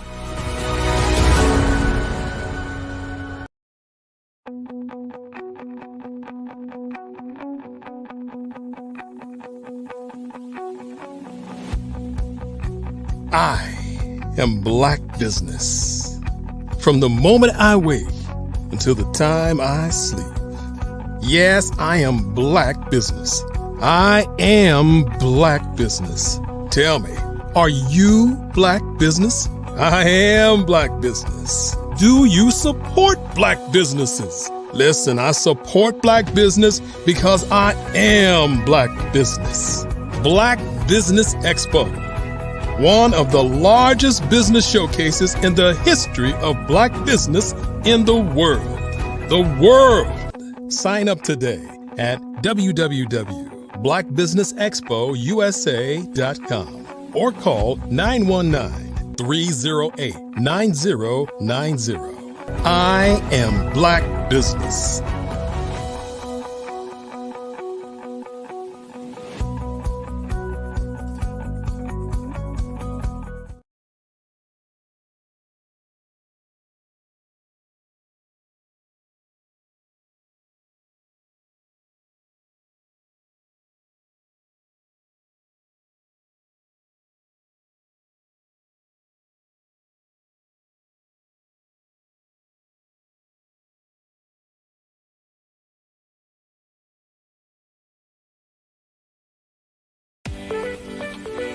You are in the right place at the right time.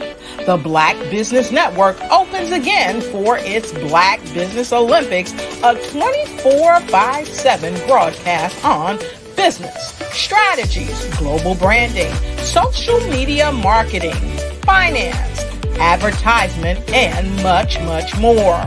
Featuring the top, most powerful entrepreneurs and speakers and thought leaders from all around the world as they gather together for this phenomenal event. Join the Black Business Network streaming live into the metaverse, STEM City USA, Black Multiverse, Pod TV, Roku, Hulu, iHeartRadio, Apple TV, YouTube, TikTok, Instagram, Google Podcasts, Facebook, LinkedIn, IBM TV, Spotify, and Twitch. Tune in today and be a part of this amazing movement. The Black Business Olympics welcomes you.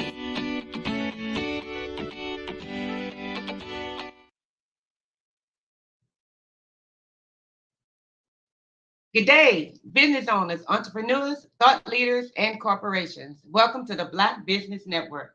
My name is Ravina Amos, and I'm your business moderator for this edition of Black Business Network. The Black Business Network is a 24-hour business network showcasing Black businesses, business owners, entrepreneurs, and thought leaders worldwide. We have speakers from North Carolina, London, Singapore, Africa, Japan, and cities all over the United States. The Black Business Network is a global community sharing its business knowledge to empower, inspire, and educate businesses about businesses. Today, we'll be talking with Shay Hamilton. Shay Hamilton, a female from the west side of Chicago, combines a dynamic background with corporate leadership and entrepreneurship with a rich personal life created by incorporating mindfulness practices. A former varsity basketball player in high school, known for her high IQ and EQ, Shay navigated the corporate ladder successfully before embracing full-time entrepreneurship. As a mother of two white children, with her son living with her full-time, she brings a deep personal perspective to diversity, equity, and inclusion. Shay's multifaceted experience makes her an exceptional speaker for leadership development, people development, DEI, and mindfulness. Offering valuable insight on creating miracles at home and as well as corporate and entrepreneurial settings, Shay Spear, as she's called, is a belief speaker with the formula you need. I present to you Shay Hamilton.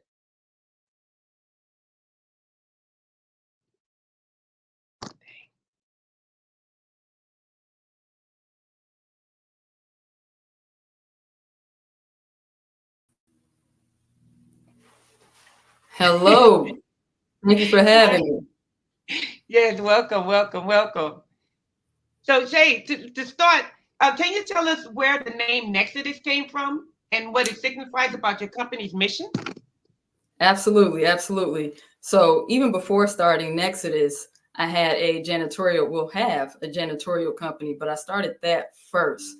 So firsthand, I got to witness what it was like to be an entrepreneur before starting and beginning Nexodus. The whole premise behind Nexodus is to support other entrepreneurs as well as business leaders. And the name Nexodus itself, 2 words put together, Nex, Exodus. Okay. So really, Nexodus is all about helping business leaders, entrepreneurs take a journey from where they are currently to where it is they want to go. Whatever cause they want to see and bring that to fruition, we're help them materialize that in any way, shape, or form possible, primarily under virtual assisting. Oh, okay. Now, every business has a core problem it aims to solve. What primary issue does Nexodus address for today's business, particularly in the global market? Yep. So every business has a cause. And for Nexodus, one of the things that we strive to do is really understand what are the top 2 to 3 goals that our clients are trying to solve for. And there's a 2-prong approach we try to take. Right. And the first prong is our clients, which are business owners, entrepreneurs, as well as business leaders. They're trying to solve for something not only internally within their team, and they may need assistance, whether it's accounting, getting their website maintained or refreshed, marketing strategy, sales strategy, whatever the case may be. Internally, they need some support in order to fulfill what they promise externally to their own clients and market. The second thing we want to address is the work market, the labor market. So we also have not just experienced professionals as on our team, we also have interns. And what happens a lot of times when a student is getting ready to graduate and enter into the workforce, they're looking for jobs, even entry-level jobs a lot of times are asking, what hands-on experience do you have that you can bring to this role? And they're in competition with people who have done it already for years. So one of the things that Nexodus helps interns with is giving them that hands-on experience, and they get to partner with experienced professionals. They get to work hands-on those projects in tandem with our clients who are CEOs, entrepreneurs, and business leaders. So not only do they get an internship, so to speak, but they're getting hands-on experiences and building partnerships and relationships with people internal to Nexodus, as well as building those relationships external with our clients. Okay. So now, for those, go ahead. Yep. So those two things really, the part of entrepreneurs where they're wearing so many hats and they're just trying to catch a break, we address that. And the other side of it is the workforce. Okay. Now, for those who might be new to Nexodus, who are your ideal clients and which industries have benefited most from your services? Yeah, that's a good question. So our primary clients have some sort of problem. And that's a baseline. They have a business problem that they're trying to solve for. Such as? It could be accounting or finance related. So, and that problem may be, I don't have the people who can do this work for me because I'm wearing that hat. It could be a marketing problem where marketing just isn't happening. They don't have a strategy. They don't have a plan, but they want to grow. They want to scale. Again, they're wearing that hat. A lot of times the entrepreneur is wearing so many hats. I think the statistics last I checked, 70% of entrepreneurs are wearing multiple hats. Right? So that becomes taxing mentally, emotionally, especially when you have a family. That's a lot. But if you find people to help you scale and then just bring them onto your team, well, now you have some folks who can help shoulder that weight with you. And if that's not something you went to school for, then it's probably not something you enjoy in the first place and you don't have the skill set for.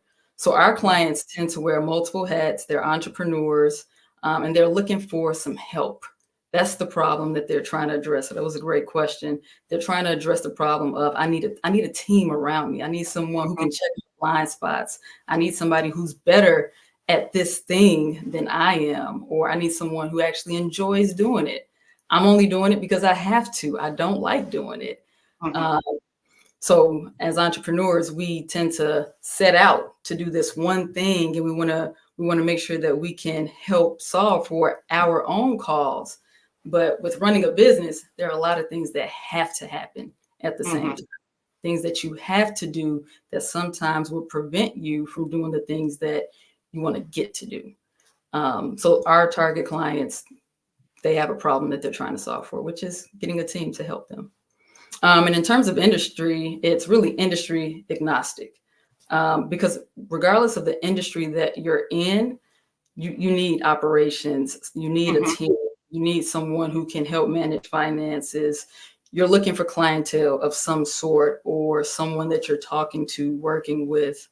So with all those pieces, whether it's marketing, having a website, having someone put a disaster recovery plan together for you, we help with all those things. This way, as an entrepreneur, you go focus on the thing you're good at. You go focus on the thing that you originally set out to go solve for.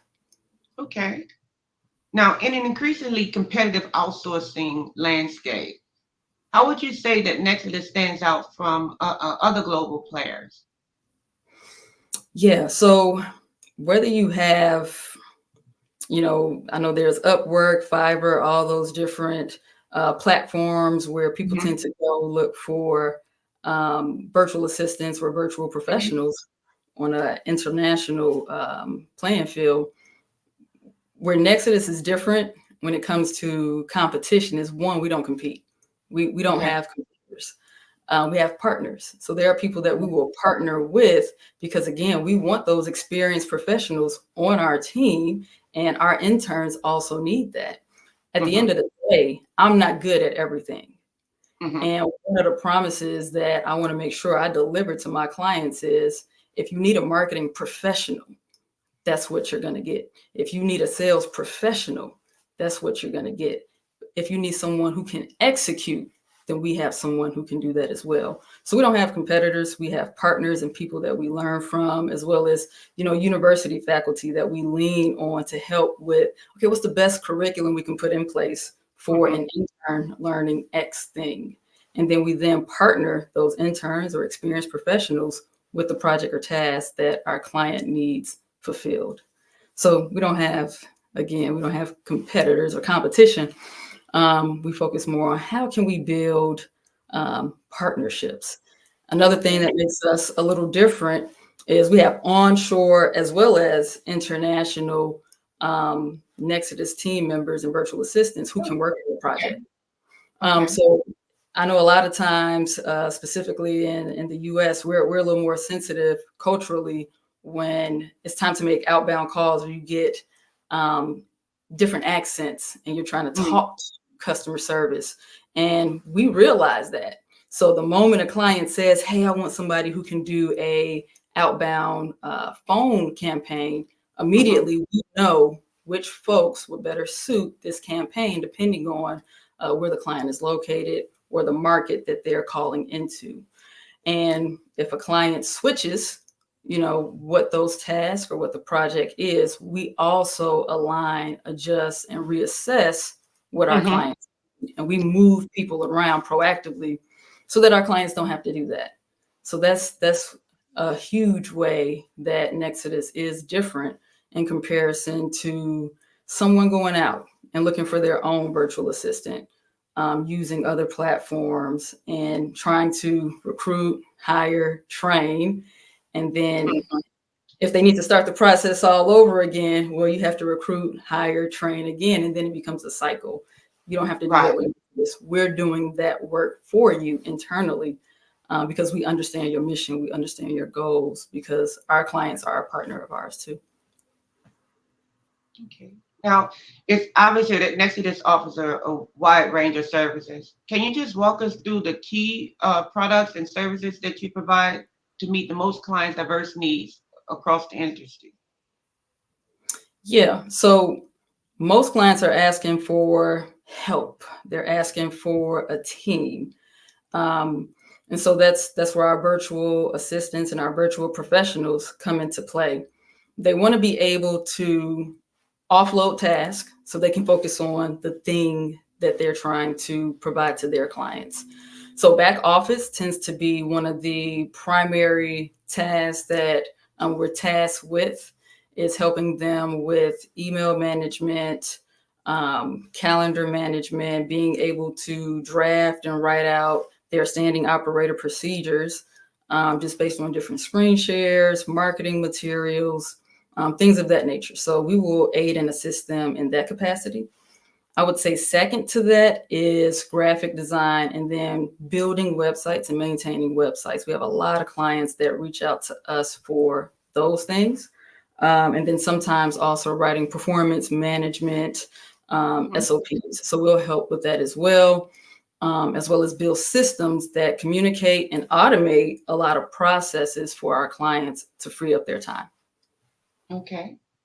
Now, diversity and inclusion are central themes in the business today. So how does Nexodus incorporate these values in its strategy, both within the team and for your clients? So I spoke a little bit about this just when talking about the onshore versus international and how we match our folks up with the right project. That helps us in terms of a business, but not just our business. Obviously, it helps our clients in their business, because now being able to diversify our talent in terms of region and area, now they have something to pull from. So they can say, hey, I have a phone outbound calling campaign that I want to use. They can say, hey, I need someone who can implement an update to our CRM, and it has to be done overnight. Well, we have people where our overnight is their sunlight, right? So no one's impacted, and it's also something that they know how to do and something that they want to do. So being able to diversify our talent, not just in ethnicity and race, but also in location, really benefits us as well as our clients, because during our team meetings, we bring those things up. Okay, well, what are some things that you're running into? And then as a team, we'll chime in and discuss different solutions. Okay. Now, the job seeker landscape is shifting rapidly. what current trends in the workforce have shaped Nexodus' approach to talent development? Yeah, so I would agree with that. It's changing quite a bit. You're seeing more people who are willing to embrace the gig economy. So doing Uber, DoorDash, and just have more flexibility within their work day or their work week. And the whole Monday through Friday, 8 to 5, that's not something that is as important to everyone as maybe it was in the past. And the gig economy is growing annually, anywhere from 5 to 11% every year. So it's getting bigger and bigger. So we provide flexibility to our teams to where, hey, you select your hours, we'll fill in the gaps. We have enough of a team where we can provide the flexibility that they need in scheduling while also accommodating the flexibility that our clients need. And just with that gig economy, it's really important that organizations in general provide that to their staff if they want to be able to maintain or lower, actually, their attrition rates. Now, your clients range from startups to established firms. How does Nexodus tailor its support to align with the unique growth stages of each business? Yeah, so we have an initial consultation, and that gives us a baseline to start from. We learn our clients' goals and what it is that they're striving towards. But then after that, we're also having consistent check-ins. So we're providing updates on our end of what we've accomplished, what productivity has looked like the previous week. And then our clients are also updating us on what has changed. And so for most of our clients, we're meeting on a weekly basis, but some don't need that many touch points. So we may meet on a monthly or quarterly basis. And that's what keeps us aligned. Okay, looking ahead, what do you envision Nexodus in the next 5 years? And are there any innovations that you're particularly excited about? So looking ahead in 5 years, I would say we're getting stronger at what we do today, which is connecting to our clients and connecting to the workforce and looking for ways that with technology, we're leveraging technology, but we're not allowing technology to be the end all be all of who we are.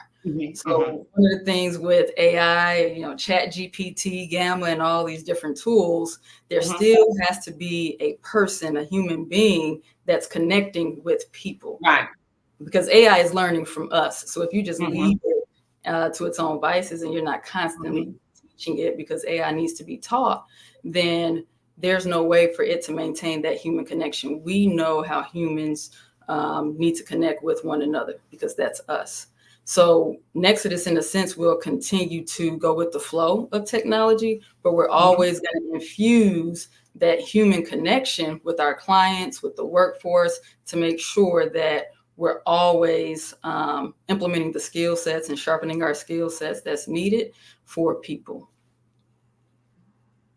Thank you so much.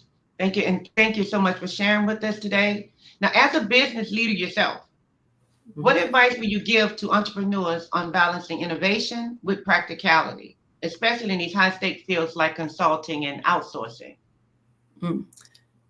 So the key word I heard in that was balance. So my first thing that I would say is make sure that in yourself, you are finding balance. Because as entrepreneurs, a lot of times you get so conditioned and accustomed to wearing so many hats that even when you receive help and you have tasks and projects and a team that can help shoulder that weight, and you can offload a lot of your projects and tasks too, because of that conditioning of working so many hours and doing so much, you don't know how to turn that off. So my first piece of advice would be make sure you find balance within yourself. Know when to shut it off and then rejuvenate and just spend some time with yourself so that you're refreshed. So balance, I would say the answer is in the question with that. And the other piece I would say is delegate. Give some things to someone else. It doesn't have to always be on you. delegate some of those things to people who are better at that task than you are. And then it's going to get easier from there. Now, I have a question for you, just in line to piggyback off this question here. Now, innovations, with all the new innovations, do you think it's making it harder for us to just to remain practical, or do we feel like we can do practically anything, and can we? Well, that's a good question. So even before these innovations, I believe that we can practically do anything. Will the innovations help? Yes, the innovations will help us get there faster. And the innovations also help to allow for more time for us to practice different skill sets that maybe we haven't tapped into as much. And an example that I would say is you have different AI tools that will transcribe and take meeting notes.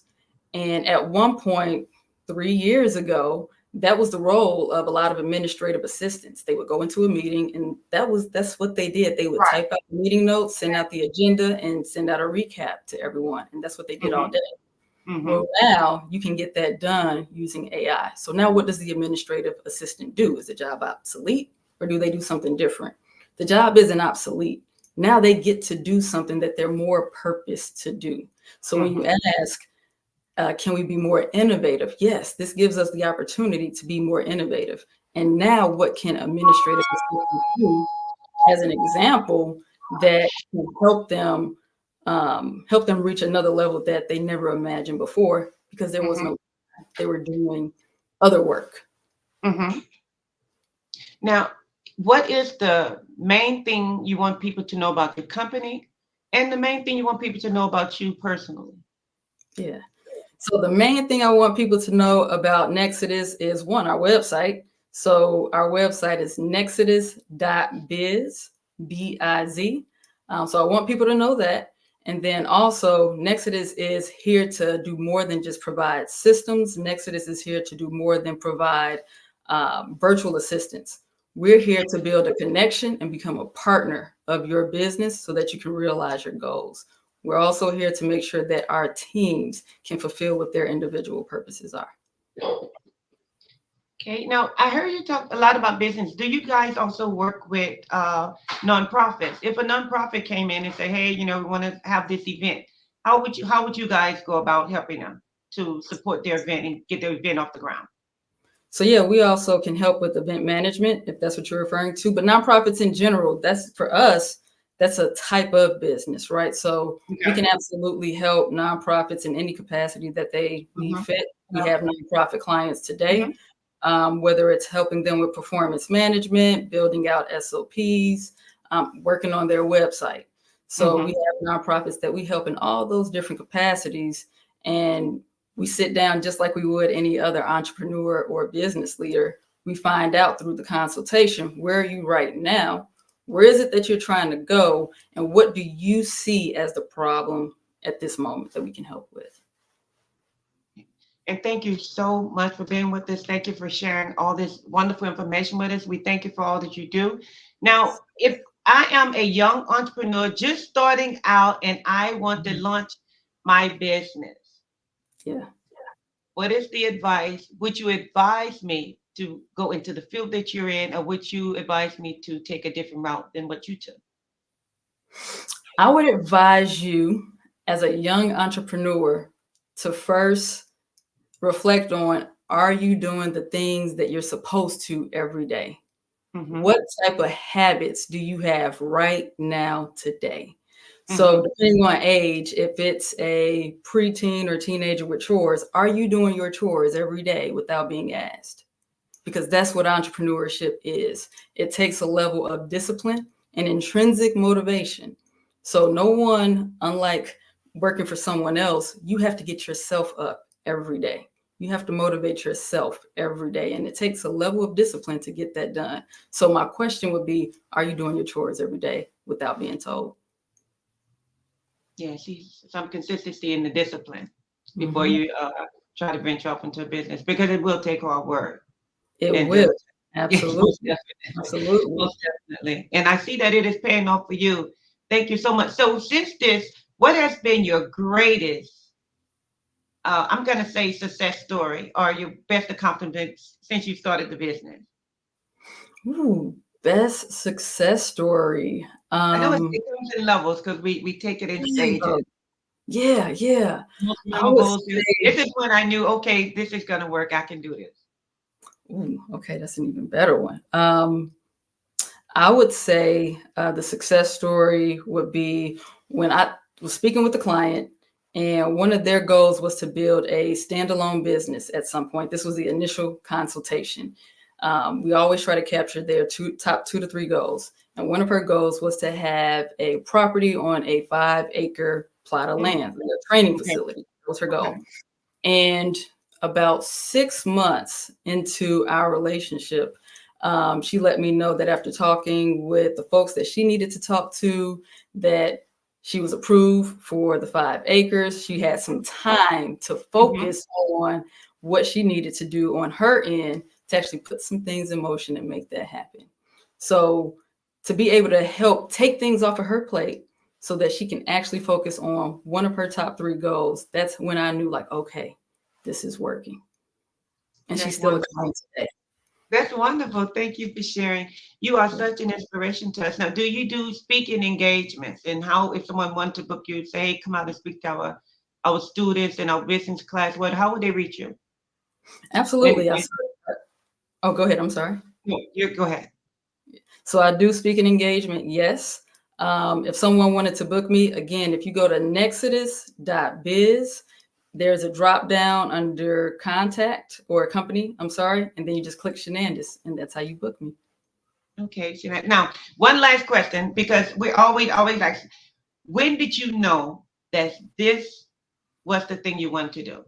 When did you decide, okay, nope, I don't want to be an actress. Nope, I don't want to drive trucks. No, I don't want to teach school. This is it. This is my niche. I love the computer. I love being behind the scenes. Is it being behind the scenes? What captivates you to this? I wouldn't say it's being behind the scenes. Sometimes it's, I think I heard it was either basketball or football quote, the fundamentals are how games are lost and won. So a lot of times it is what's behind the scenes that are the fundamentals. You know, do you have a website? Do you have a phone number where people can reach you? Google business profile. And a big fundamental that sometimes people miss, do you have a passion for what you're doing? That's huge. Being able to have a passion and purpose behind whatever it is you're doing as an entrepreneur or business leader, especially when you're helping people. So I knew that this was something that I'm supposed to do when I actually started off single-handedly building websites for other people and then just seeing their reaction. So being able to see how they responded once that website was up and running and they saw their picture or their business. Right. And it came naturally for you. And how much weight that took off of them, absolutely. Something that was required for them to be successful in their business. Well, that's wonderful. That's wonderful. Now, do you guys, you offer packets, or how does that work? Do you have packets for businesses? Do you have separate packets for individual companies, or how does that work? So whether it's a business, a corporation, or an LLC, so our pricing is affordable and it's actually transparent and on the website. So we can customize any of our packages depending on the number of hours or how big the project or task is for that company. Now, do you take on this? And I think this is my final question. Do you take on small projects, or you take on what's the size of the project? So as small as if it will take 40 hours, we'll take on a project as small as 40 hours. Okay, that is. We can assess that in the consultation because I know some people may be thinking, well, what's a 40-hour project? Right. You leave that to us. Book a consultation. You can go to there you go. Book a consultation online at nexodus.biz. We'll figure all of those details out and we'll get you taken care of. Fantastic. Thank you so much for sharing with us. And on your final note, what do you want to leave the people with? I'm going to go out with you and you tell the people what you want them to remember about you. About me. So I'm here to make sure that you have the resources that you need. You don't have to wear as many hats as you've been wearing. There are more shoulders that will help you shoulder that weight of bringing whatever your cause or your mission is to life. Thank you so much. and I will be calling you myself. All right, give me a call. Wait, now what city? What city you based in? So I'm based out of Dallas, Texas. Dallas. Okay, and you are both domestic and international. Correct. So you take all jobs, all genres, doesn't matter. Just call her, and it will be worked out. That's right. We'll talk it out. Give me, and I'm gonna write the website again. Give, because I don't see it on the screen. So give it to us one more time. What's the website? Nexodus, spelled just like Nexodus? on my shirt. Nexodus.biz. Nexodus.biz. .biz. Thank you so much. And on behalf of the Black Business Expo and the Black Business Network, we appreciate you and we thank you for all you do. Come back and visit us again. Thank you. Have a good one, and thank you for having me.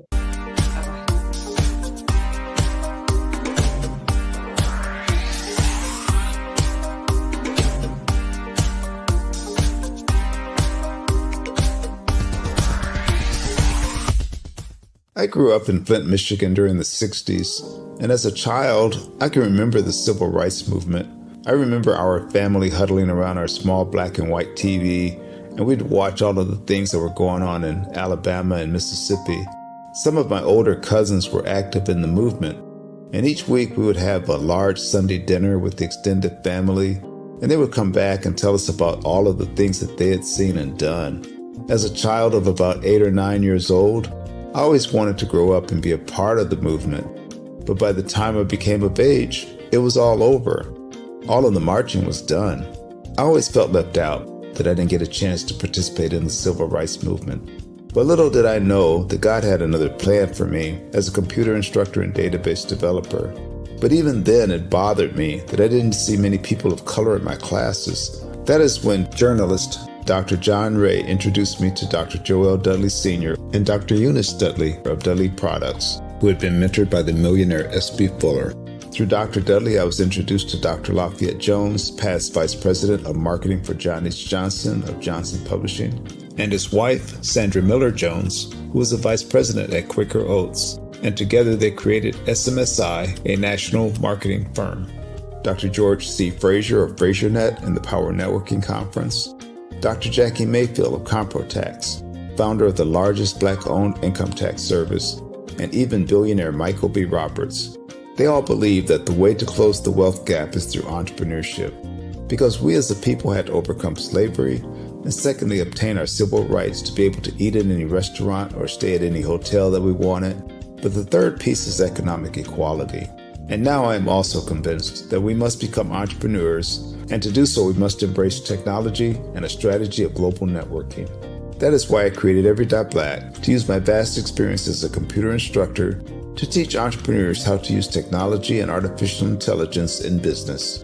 Every.Black members are listed in our online website directory, promoted in our digital newsletter, on our social media, and on our podcast. And we also conduct weekly virtual mastermind meetings where we read positive books, learn from the experts, while networking with like-minded individuals from around the world, educating them about every aspect of becoming a successful entrepreneur. That is what Every.Black is all about. Just go to www.every.black to take the AI and tech classes you need, to register for our mastermind meetings, and to join the Every.Black family. Visit us at www.every.black and sign up today. Just go to every.black, every.black. No .com, no .net, just every.black. .black is the new .com.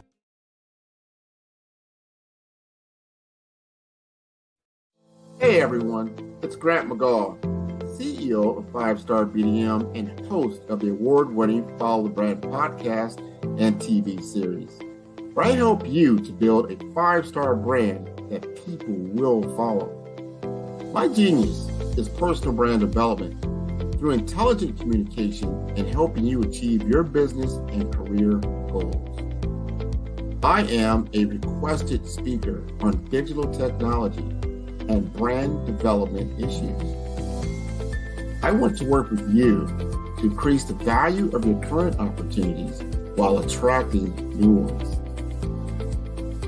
Every one of you is unique, and we all share challenges that can be addressed through smart branding.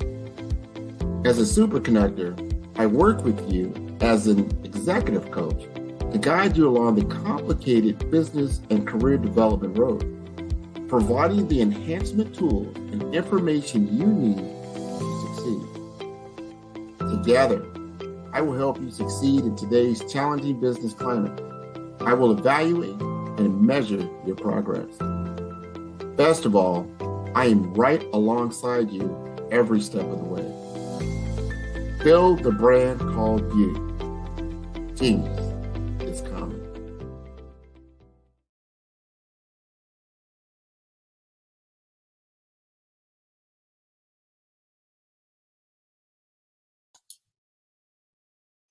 Hi, I'm Barbara Smith. Genius is common. My genius is executive coaching and professional corporate training. As the master executive coach and corporate training ambassador for the Genius is Common movement, I help business owners craft their stories in such a way that you know exactly what they do, what they have, and what they bring to the table.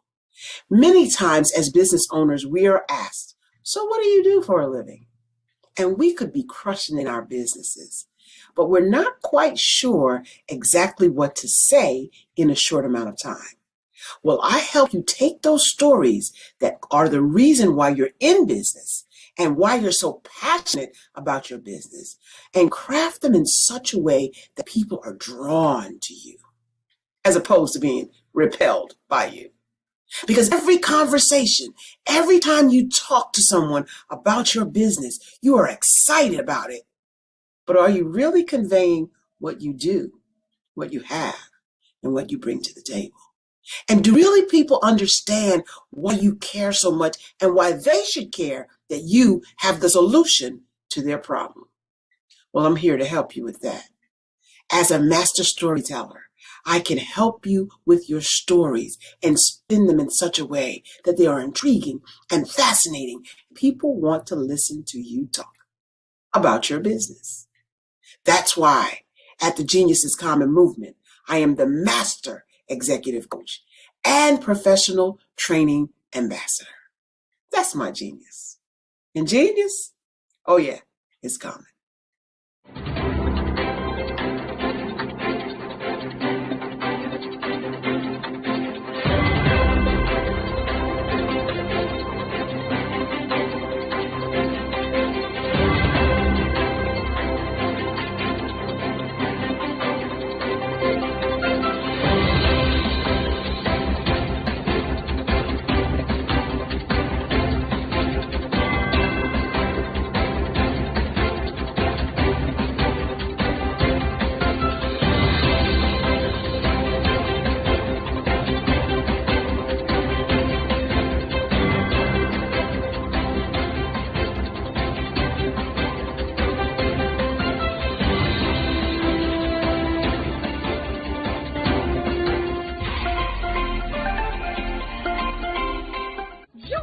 Dr. Eric Kelly III and a host of phenomenal speakers from all around the globe for this 7-day virtual event that you don't want to miss. The mission of the Black Business Expo is to raise scholarship money from kids all the way from high school, all the way from college. The Black Business Olympics is one of the largest Black business showcases in the world. It is an opportunity for businesses and companies to showcase their businesses globally. We are going to be giving away laptops up to $5,000 away to students. Again, I'm Olivia Appleberry, the founder of 2 Cents Finance and one of the speakers for the expo. I am so excited to see you there. For more info, go to www.blackbusinessexpousa.com or call 919-308-9090 and hope to see you there. I am Black Business. From the moment I wake until the time I sleep.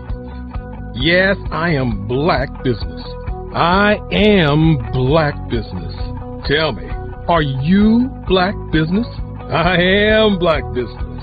Do you support Black businesses? Listen, I support Black business because I am Black business.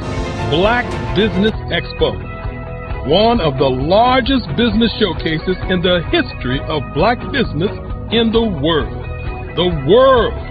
Sign up today at www.blackbusinessexpousa.com or call 919-308-9090. I am Black business.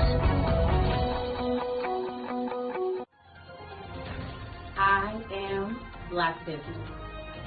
From the moment I wake until the time I sleep, I am Black business. I am Black business. Are you Black business? I am Black business. Do you support Black businesses? I support Black business because I am Black business. Black Business Expo, one of the largest business showcases in the history of Black America in North Carolina. Join Dr. Eric Kelly III and a host of phenomenal speakers from all around the globe for this 7-day virtual event that you don't want to miss. The mission of the Black Business Expo is to raise scholarship money from kids all the way from high school all the way from college. The Black Business Olympics is one of the largest Black business showcases in the world. It is an opportunity for businesses and companies to showcase their businesses globally. We are going to be giving away laptops up to $5,000 away to students. Again, I'm Olivia Appleberry, the founder of 2 Cents Finance and one of the speakers for the expo. I am so excited to see you there. For more info, go to www.blackbusinessexpousa.com or call 919-308-9090 and hope to see you there. I am Black business. From the moment I wake until the time I sleep. Yes, I am Black business. I am Black business. Tell me, are you Black business? I am Black business. Do you support Black businesses? Listen, I support Black business because I am Black business. Black Business Expo, one of the largest business showcases in the history of Black business in the world.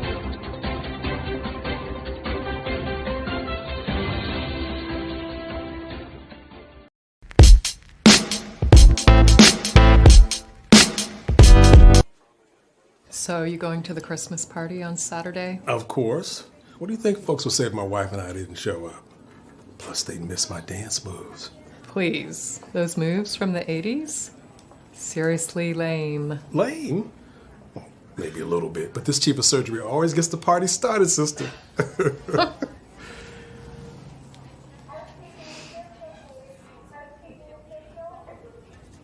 What's going on with your hand? Nothing. Just tired. Stress. Jen, we've known each other a long time now. And we've always been honest with each other. What's going on? Come on, Mark. I'm fine. That hand says otherwise. It's nothing. Look, this does not interfere with my ability to do my work. Jan, until you get a complete workup, you know I can't let you back in the operating room. Mr. Menchef, did anyone else have access to your badge last night? Say around midnight. Because the computers here at your lab show that somebody was here.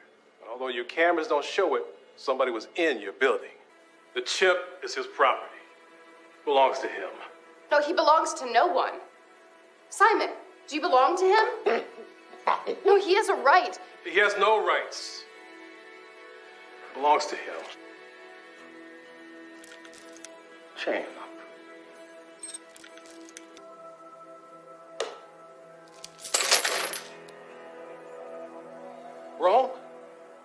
it. No, he just wrote free man. I am not chaining him up. Hey, man, where's the bathroom, man? Huh? You know you're the only one, huh? Right, and she's number 2, and that one's number 3, and number 4. All of this stuff, it's not pleasure. This is business. It's not. Relax. Enjoy yourself, all right? You know where they are. I know you know.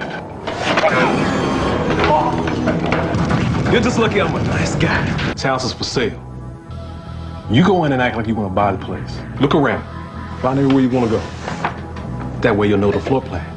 Aren't you worried that they might call the cops afterward? No. Because when he gets back, we gonna kill him and his wife. Locked us up. Somebody forgot to throw away the key.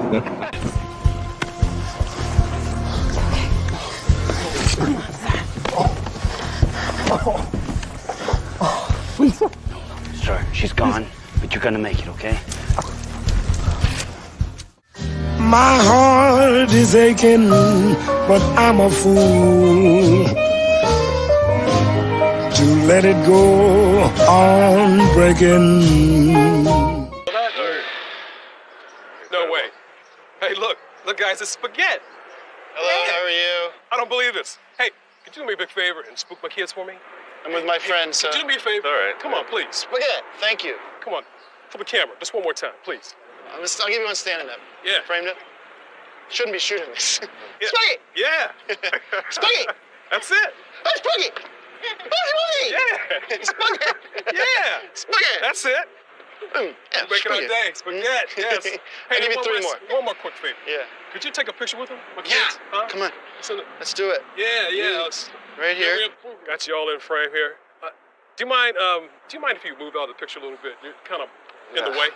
Yeah, I'll try. All right, listen, I appreciate it. Thanks. Oh, smooth.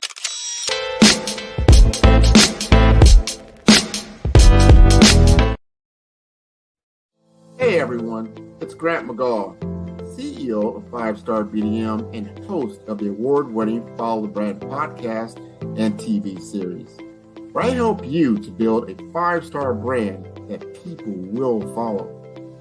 My genius is personal brand development through intelligent communication and helping you achieve your business and career goals.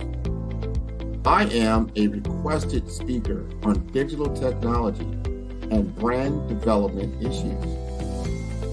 I want to work with you to increase the value of your current opportunities while attracting new ones. Every one of you is unique, and we all share challenges that can be addressed through smart branding.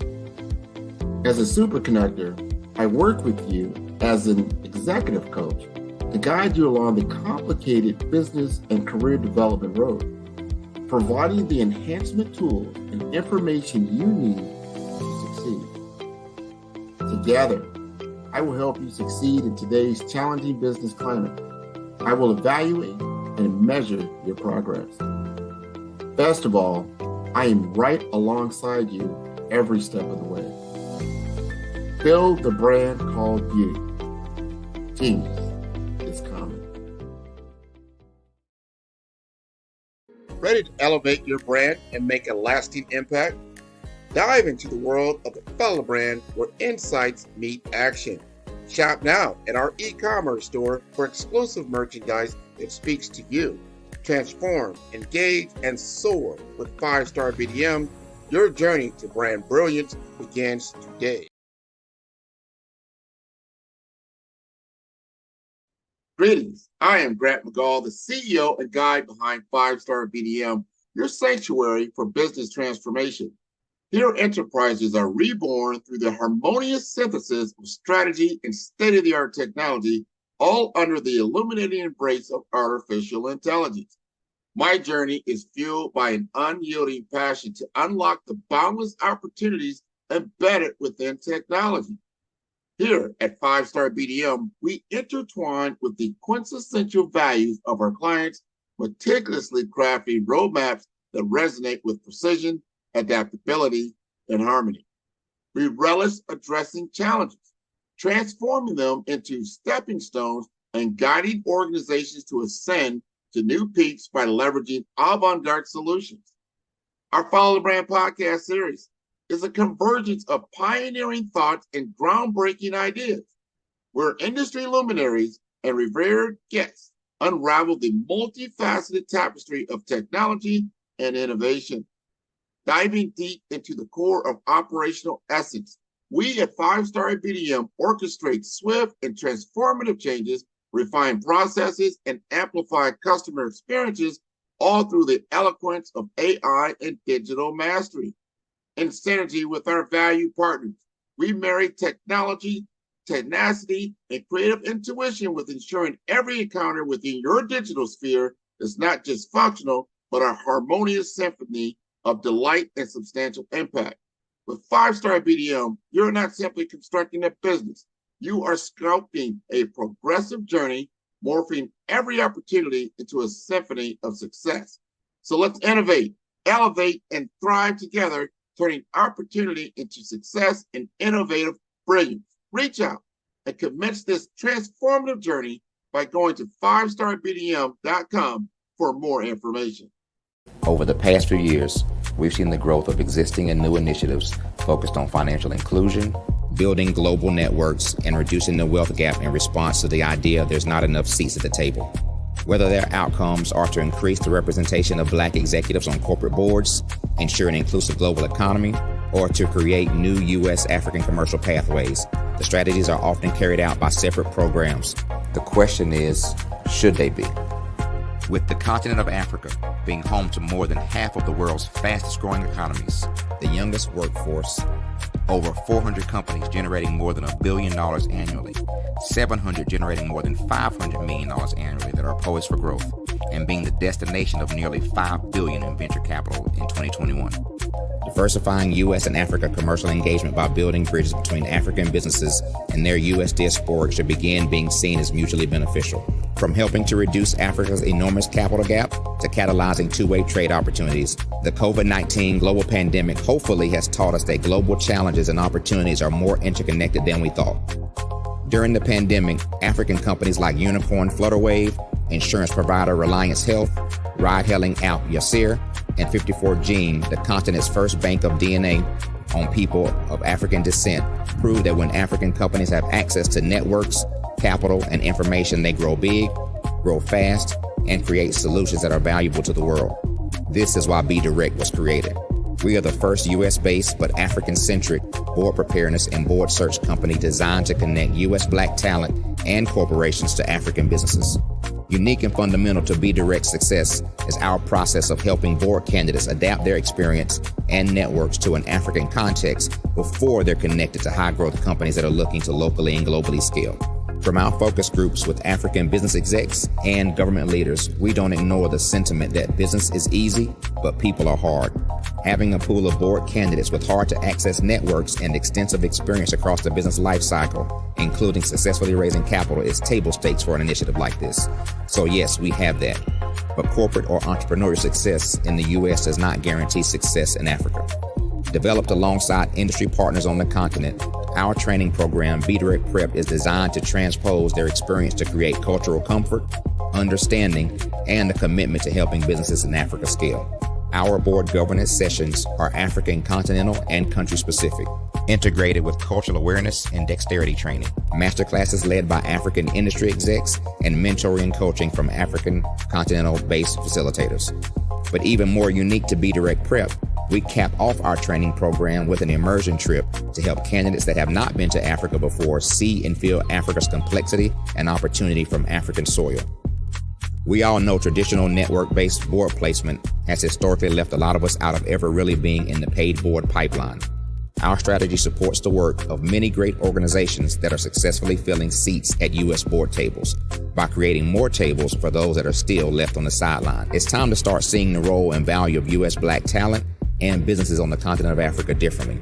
Old perceptions and habits limit economic inclusion. Let's transition Black talent and the African businesses they will support from the periphery of the global economy to its core. Living in a global lockdown, we all know now how fast local and global economies can change, and see the value of having businesses that hire, strengthen local value chains, and even grow globally. Status quo in any form holds back progress.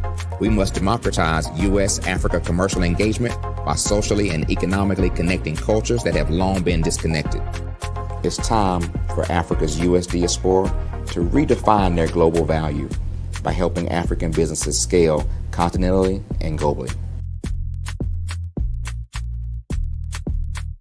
I'm Ramon Ray, founder of Smart Hustle Magazine and smallbiztechnology.com.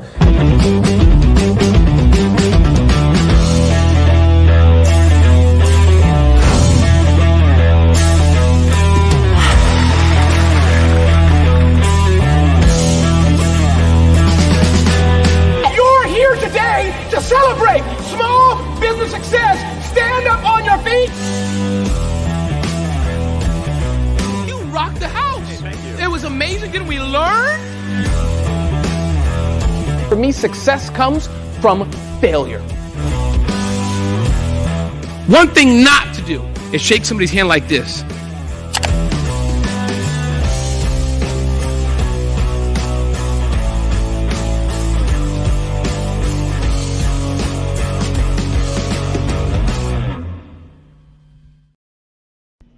Why do I do what I do?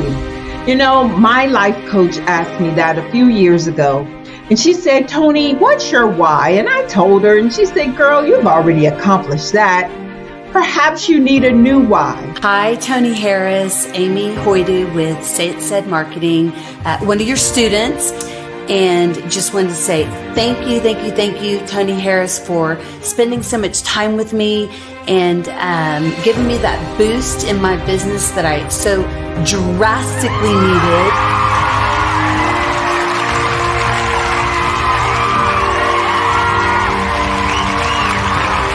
My why is to touch, move, and inspire my clients to take drastic steps to be better than they were before they met me. I'm a resource. I'm a connector. I want to help people build deeper relationships that are beneficial to their life and business. That's what I do best. So, first thing you got to do is show up. And speaking is a way to magnetically attract your ideal client to you. How many of you use social media that way? Absolutely, and this is how you look to the world. Drastic steps are the steps that are needed to be successful. And my business is drastic denotes a mindset. Getting out of your comfort zone. Doing something that you don't necessarily feel comfortable doing, want to do, but you know it's a necessary step to be successful in your business. I get the most satisfaction when I see my connections flourishing into relationships long after I am gone. Hi, my name is Jasmine Augustine with Linda Jasmine, and I've joined several networking and referral groups in the area, and Network in Action Northeast. The African company and the African CEO is making a conscious decision to bring on someone external to the continent versus bringing on someone who is from Ghana or Kenya or South Africa. And so the skill sets of the people that we take through our executive leadership training program and ultimately on the placement, obviously have to be extremely high caliber. So what we look for are corporate executives at the vice president to C-suite level, as well as Black entrepreneurs. When we look at the Black corporate executives, we're looking for some very specific skill sets, whether that be around supply chain, sales and marketing, engineering, product development. We want our folks to be able to add immediate value to the corporate board, right? And the other thing is, even if they don't necessarily have specific industry experience, They're bringing a diversity of thought.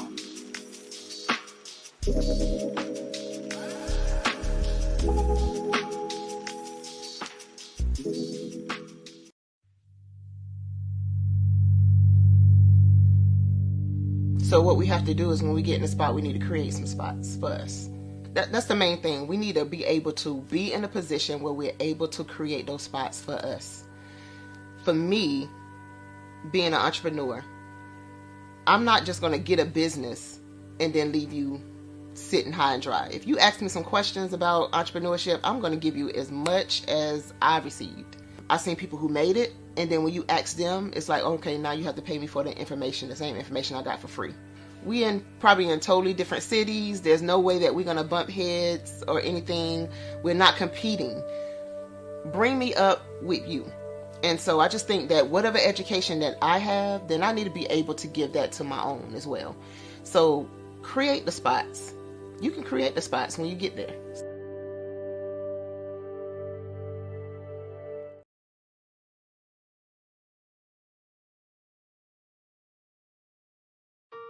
Hello, this is Israel, and I am CEO of Daydreams Interactive and author of Princess Planet. So, genius is common, and as a kid, I loved to daydream. Even as an adult, I loved to daydream. And when my daughter became 6 and loved princess characters, but we just could not find the diversity that showed her, we created our own characters. So, for instance, you have Princess Nulu right here. Princess Nulu is from Uganda, and her genius is that she loves to take care of animals. She can actually even listen and hear what they say. And then we have Princess Isabella right here. Princess Isabella, she's from Cuba, and her genius is biochemistry. One day she hopes to eliminate disease.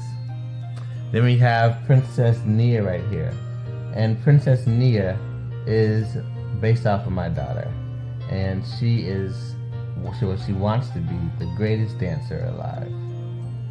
So that's her genius. So what's your genius? My genius is my imagination. Genius is common.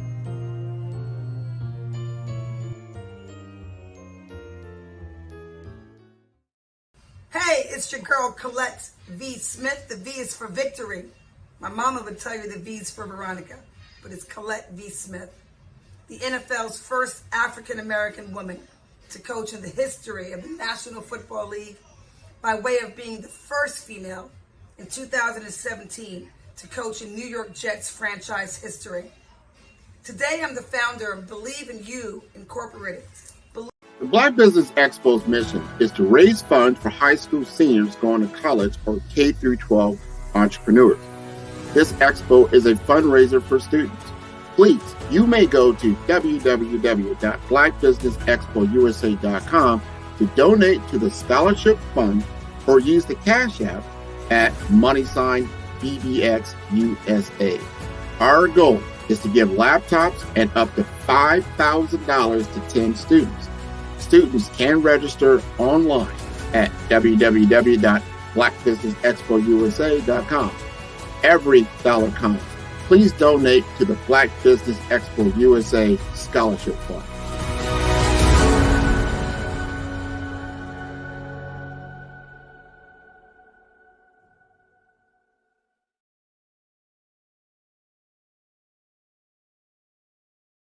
Artist to me is a creative expression of something from nothing. You know, it explodes onto the canvas, or it explodes on in my work. One of the things that I try to do more than anything is I try to just give the lines and the movements and emotions and expressions into what I do. Art really means to me a chance to express how I feel deep down inside. Most of my art begins as a thought that I might have, you know, whether it's sports, whether it's history, whether it's a woman or a man. It pretty much starts as an idea of thought before I get into the actual image of what I'm going to draw.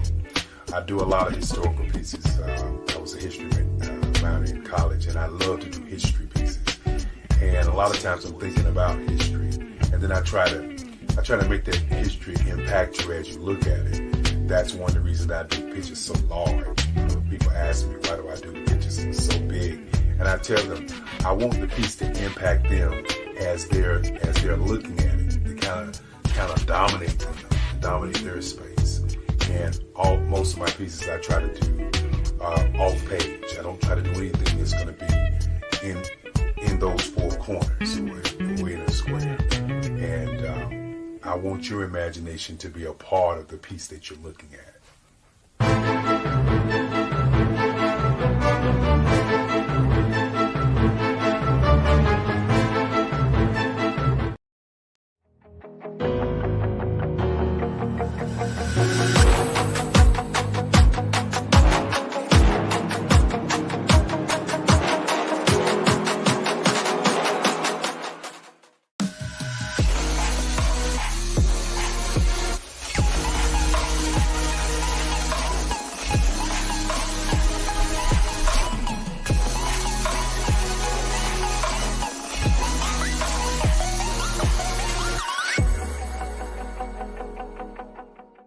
The Black Business Expo's mission is to raise funds for high school seniors going to college or K through 12 entrepreneurs.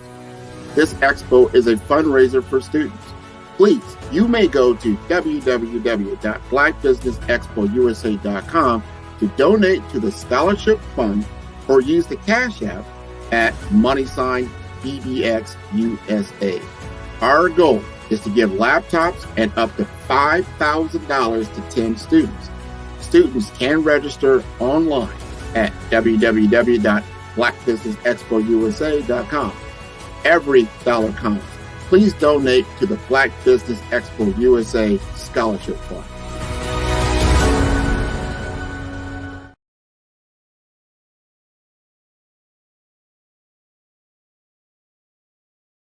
The Black Business Expo's mission is to raise funds for high school seniors.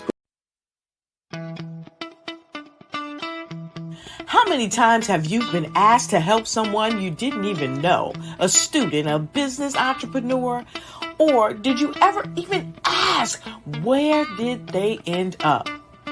That business, that friend, that entrepreneur.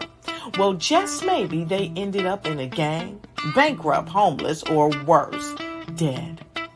Maybe they turned to crime, drugs, and alcohol. Did you ever wonder? Did you destroy their dream, or was your life always so easy? At the Black Business Olympics, we started a movement to help students complete. Give them hope and foster success. Help them to leave their dreams of providing laptops, computers, and up to $5,000 in scholarship funds. Today, we ask you to help a student, a business owner, or an entrepreneur. I am Black Business. From the moment I wake until the time I sleep. Yes, I am Black Business. I am Black Business. Tell me, are you Black Business? I am Black Business. Do you support Black businesses? Listen, I support Black business because I am Black Business. Black Business Expo, one of the largest business showcases in the history of Black business in the world. The world! Sign up today at www.blackbusinessexpousa.com or call 919-308-9090. I am Black Business.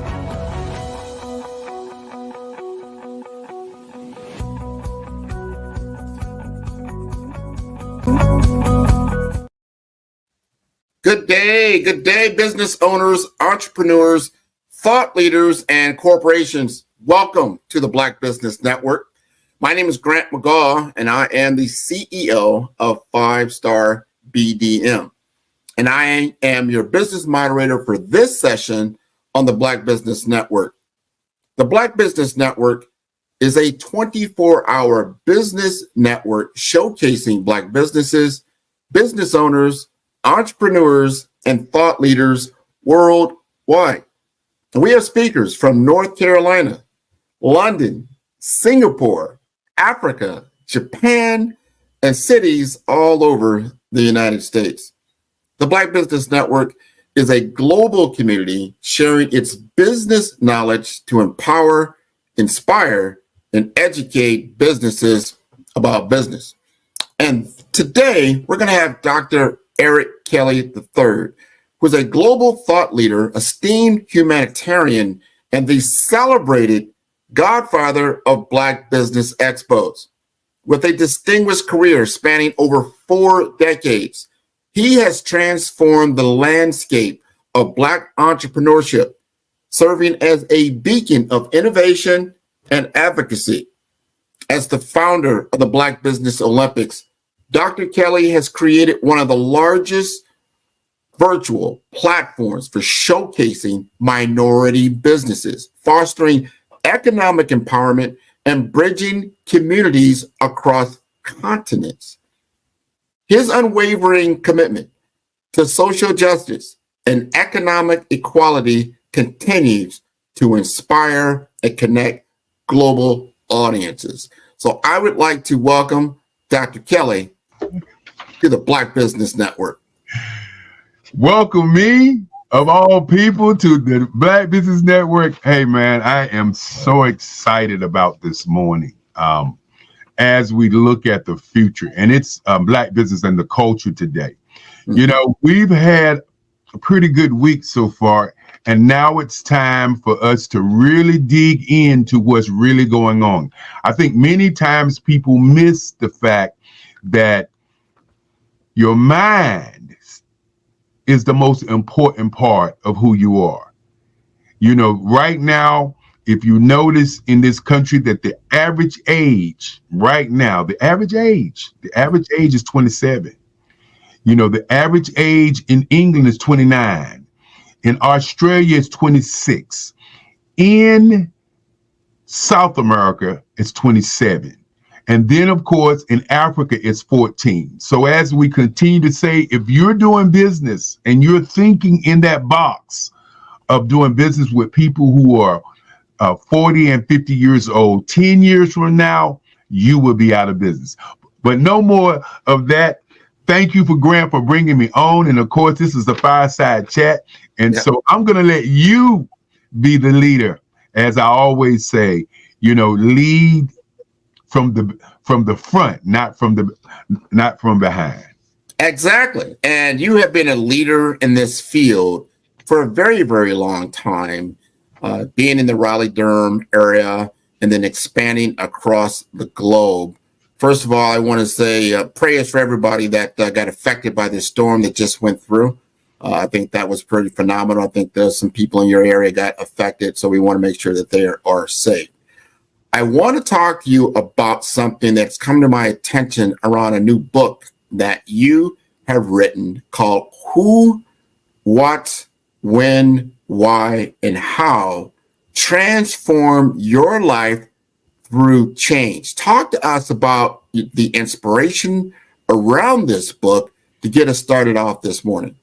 Well, the name of the book is Who, What, When, Where, Why, and How.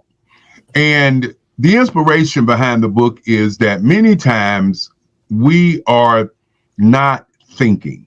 What we're doing is we're moving. We come up with an idea, we come up with a thing, as I call it, and we say, okay, I'm going to do it. But we don't take the time out many times to think about what is the who of who I am. What is the why of who I am? What is the where? What is the how? Way before we get to doing the deed or doing the project, we don't do who, what, when, where, why, and how. And so the book is about transforming your life through change. Mm-hmm. And we have created a course, a mastermind course for people to attend to get these, what I call life-changing moments in time so that they can change and be transformed into the great person that they already are. Because many times people's opinions are drowning out not only our imagination, but our goals and our dreams. This is so important. And you are a big proponent of different mental states. You said mastermind, and I love the wording there, mastermind. So important, gives you a focus of what we're talking about. So the thing that I want to ask you right now that I noticed is in the book, mindset. So what are some of the key steps to developing a growth mindset, and how has this concept influenced your own journey? Well, the book is broken down in different chapters, and I'm glad that you brought up the first chapter, which is the mastermind mindset. And what the mastermind mindset is, who set your mind, first of all? You got to, first of all, look at your past and see why you think that the way that you think.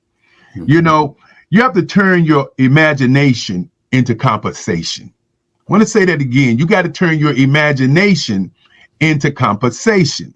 So your mindset, and I'll just do a short story about mindset. You know, when I was growing up, when I was a kid and I was 7 years old, and my great grandfather said to me, I want you to be a lawyer. Now, I didn't understand why he wanted me to be a lawyer, even though every day he would walk to the Scarborough Nursery School and we would walk to the courtrooms, and it was his pastime to go to the courtrooms and watch the trials. And I would go in there, you know, a kid, I'm looking, but I'm not looking. And he said that every family needed a lawyer. So when I was 7 years old, he brought these big law books to my bedroom and said, you got to begin to read. You got to begin to look at these kinds of books on law. And I said to him, I don't want to be a lawyer. And his nickname was Papa. I don't want to be a lawyer, Papa. And he said, well, then what do you want to be? And I said, I want to be an artist. And at that moment was a critical moment in my life on mindset. And he said to me, if you want to be an artist, where's your work? I started drawing at 4. So I went to my bedside and I was staying in his house. He stayed in a 2-story house. And I went to my bed and I brought out my papers and he looked at them and he walked out of the room. I thought walking out of the room was his disdain for me saying that I didn't want to be a lawyer. So I took the books and I put them on to the side, and I used the books to build me a table so that I could continue to draw.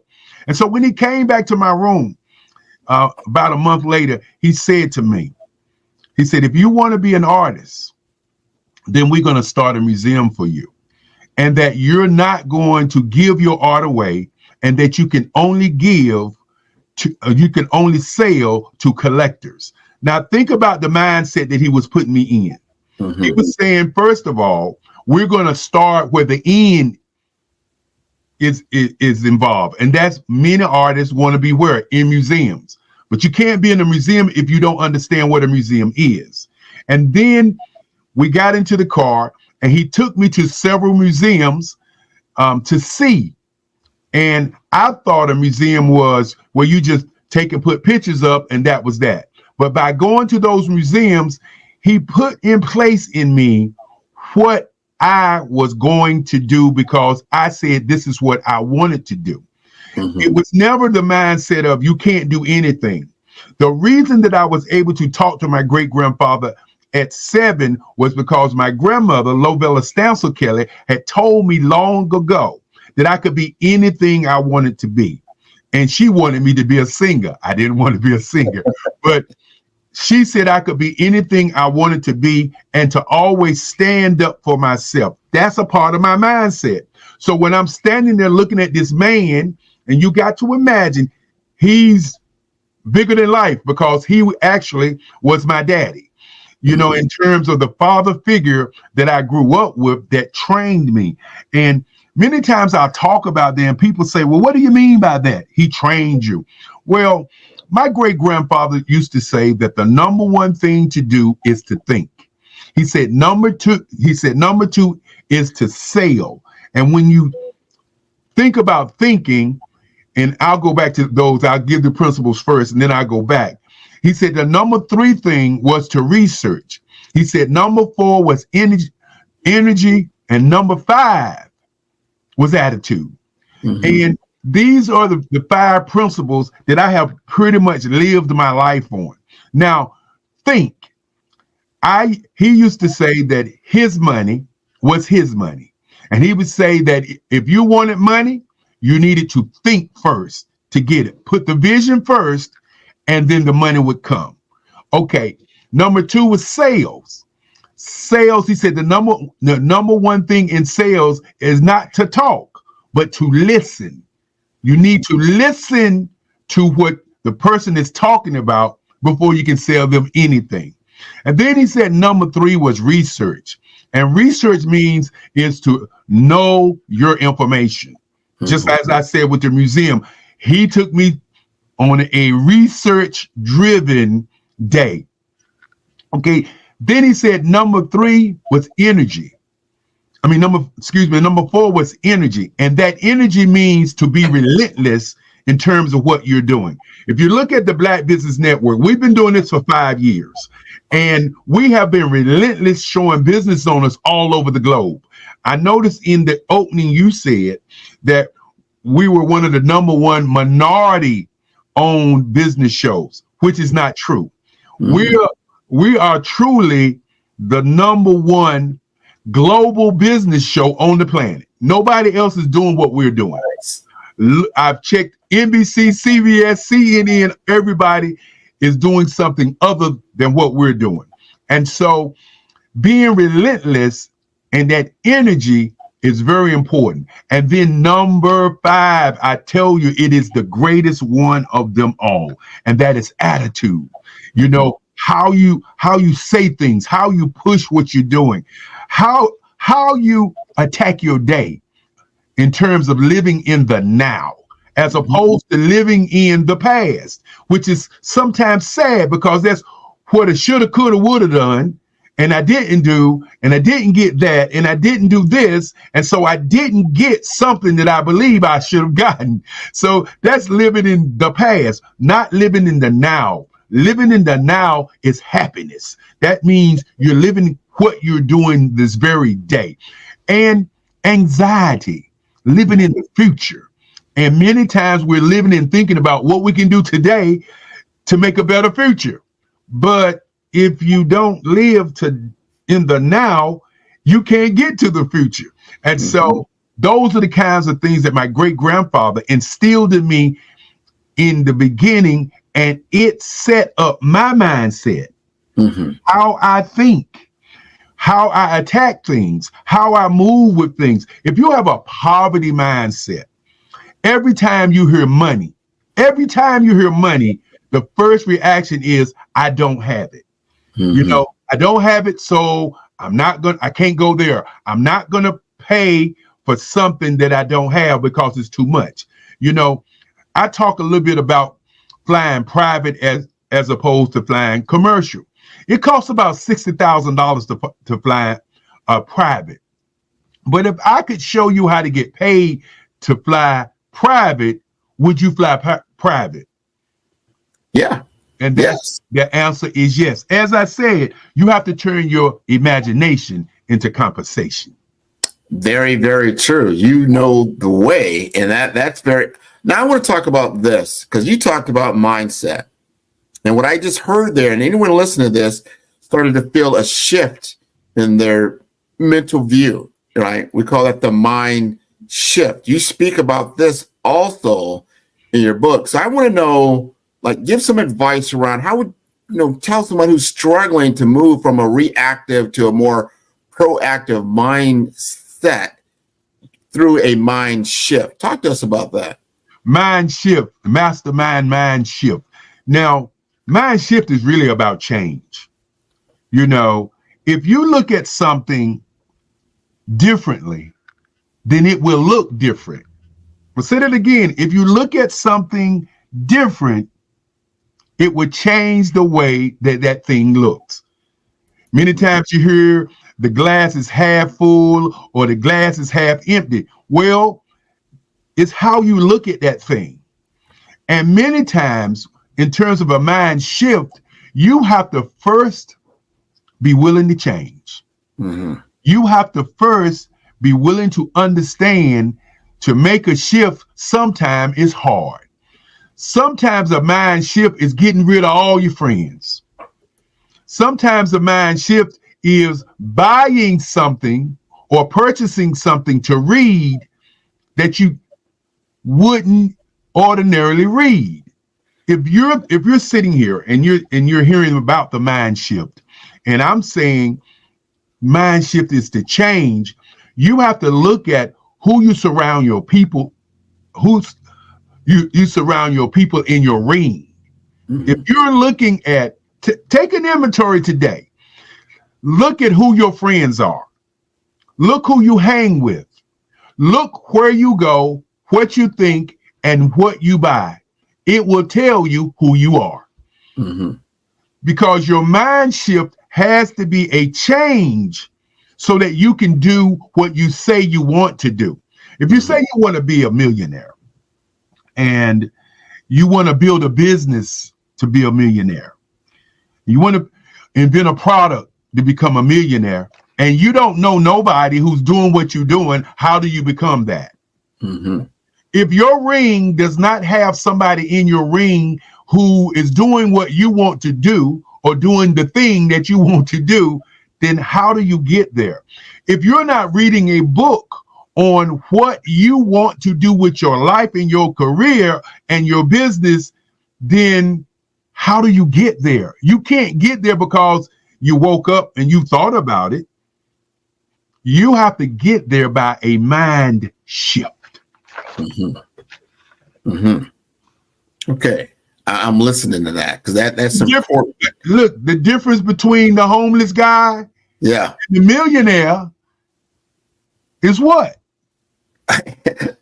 Well, definitely a mind shift, and let's back it up to the mindset, how you view life, how you view yourself, and then are you willing to make a change? Because making a change in your mental state and your all the internal and the external things that you're habitually attracted to and working with, that's important. So that gets me to this third point that I really liked in what we saw in your book, and that's a system. You know, there's mental systems, and what systems are implemented in your life, what systems that you have, whether you're conscious or unconscious of it. Can you describe to us like a specific habit or routine that has been crucial to your success when it comes to having a system? Okay, so now we've talked about mind state, right? Mm-hmm. We've talked about mindset. Have we talked about mindset? Yes, we did. We talked about mind shift, correct? Yes. Okay, now this is where it really gets interesting in the book when we talk about your operating system. Yeah. How you operate. What is your operating system? Is your operating system you wake up at 6 o'clock in the morning, you decide on what you're going to do, then you plan and you do some strategy? What is your operating system? Okay. Now, the operating system is what I call 3 parts. Number 1, what is your personal operating system? Okay. Number 2, what is your business operating system? And for some people, what is your invention operating system? Okay. Now, let's talk about your personal operating system. And your personal operating system would be what pays you to be on the planet. Mm-hmm. How do you get paid to be here? Has nothing to do, and I know many people say, well, Dr. Kelly, what are you talking about? You know, how I get paid to be here. Well, what do you have in place that pays you to breathe, to open your mouth, to see, to talk, to walk? What do you have in place? that operating system would be, do you have a book? Do you have a book? Okay, let's just say you have a book, which is a product. Okay, you get paid every time somebody purchases that book. Okay, so you're getting paid for your thoughts. Okay, part of your operating system. Now, do you have a course with the book? Okay, so let's say that with that book, you have 12 courses to explain the information that's in your head that's in that book. Okay, so now you have a course, you have a book. Now, do you have a product that you're selling? Think about that for a moment in that book. What opportunity are you selling in that book? This is way before you get to your business. Okay. Now, do you have a mastermind that you sell with that course so that you can actually talk to the people who have gone through your course, who have bought your book? That mastermind that you have, that mastermind is another way of you getting paid to talk about and express and discuss what's in your book. Now, in your mastermind, you have different levels. You have a level where people who want to ask questions pay a fee. You have a fee that's being paid for people who want to come to the mastermind and listen. Okay. And then you have people who want to pay for an additional mastermind with you. Now, did you hear what happened? Yeah. Oh, yeah. Different levels. You had 3 different levels. You had one level where people who wanted to ask questions at the mastermind. You had one level who people that wanted to come to the mastermind. These are people who want to come. They don't get a chance to ask questions, because if you want to ask questions, what do? You buy the course. If you want to ask questions, what do? You get the book. Okay. Now you have people who want to do one-on-ones with you. And that can be broken down to an 8-hour session all day, or as I call my flight party. The flight party is those who want to fly and have some time with you. Okay. And I know many people say, well, Dr. Kelly, I can't do all of these things. What did I say earlier? Turn your imagination into your compensation. Right. So that's what you can utilize to get paid. Now, if you have a certificate part of this mastermind, this operating system, where people get certified in what I call your trend of thought or your book, people pay for certification. Now, the reason that I got to certification is because now I want to go into the operating system, the second operating system. Now, you can have a personal operating system, or you can have a managed people operating system. So, Grant, while we're doing this, we're going to work through this, and I want you to look at it as we're moving through it. Okay. If you have your calculator with you, pull your calculator out. I'm pretty sure it's on your phone. I have a calculator. Let me just pull it right up. All right. Pull your calculator. And for those out there, get your calculators out, because we're getting ready to get in tune to the money-making operating system, the business operating system, the part that nobody talks about. Okay. Now, the first thing I want you to imagine is your telephone. On your telephone, you have apps. But what does all the apps work off of? An operating system. Okay, so you got to have the operating system to run your apps. Now, you as an individual, your apps could be your attorney, your apps could be your accountant, your apps could be your managers, your apps can be any service that you need to operate as a person. And we're going to get into the mind print next. And then the mind print will bring you full circle into this conversation. Got it. Okay. Since you have your calculator out, the first thing I want you to do is I want you to think about a box, a square box. Okay? I want all of you to think about a square box. Then I want you to think about a circle. And I want you to imagine that circle, and I want that circle to be empty right now. I want the box to be empty. Okay. Now I want you to, in your mind, because we're doing what today? We're doing mind impressions of what's going on. Okay. Okay. Now, Now, impressions. Got it. now I want you to take that circle that's empty, and I want you to fill it in with your mind. Any color, but it needs to be your favorite color. My favorite color is red. So my circle is filled in with red. Okay. Now I want you to circle. Okay. I want you to take that circle, and I want you to understand that that circle is you. It's everything that you do, how you show up, how you talk, how you walk, how you express yourself, everything that you do. It is you. I want you to take that circle and I want you to slide it into that box. Okay. Now put it in that box. Now that box is a product. Okay. I want you to take that box in your mind and I want you to put it on a shelf. Okay. Now that it's on the shelf, now let's do some math. Okay. Now,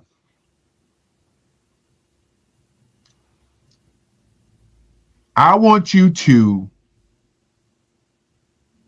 take that box and transform that box into 300 boxes.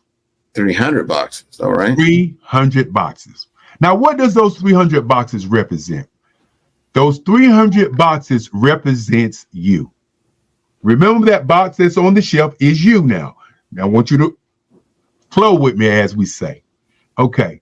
Now, 300 boxes that you have right there who just learned to be you, you charge them $300. Okay. Right. So what is 300 times $300? 300 times 300 is 90,000. So that's $90,000 that you have made on managing a team of people who are you, and you represent your product. Okay. That's we've made $90,000, right? So now take that 300, that 300, and let's multiply it by another 300. So take 300 times 300 again. How much is that? But that comes back up to 90,000. No, it doesn't come up to 90,000. If you multiply 300, which is the 90,000, times 300 more you want, all right. So you're stringing them along. All right. So that's a lot. That's 27 million.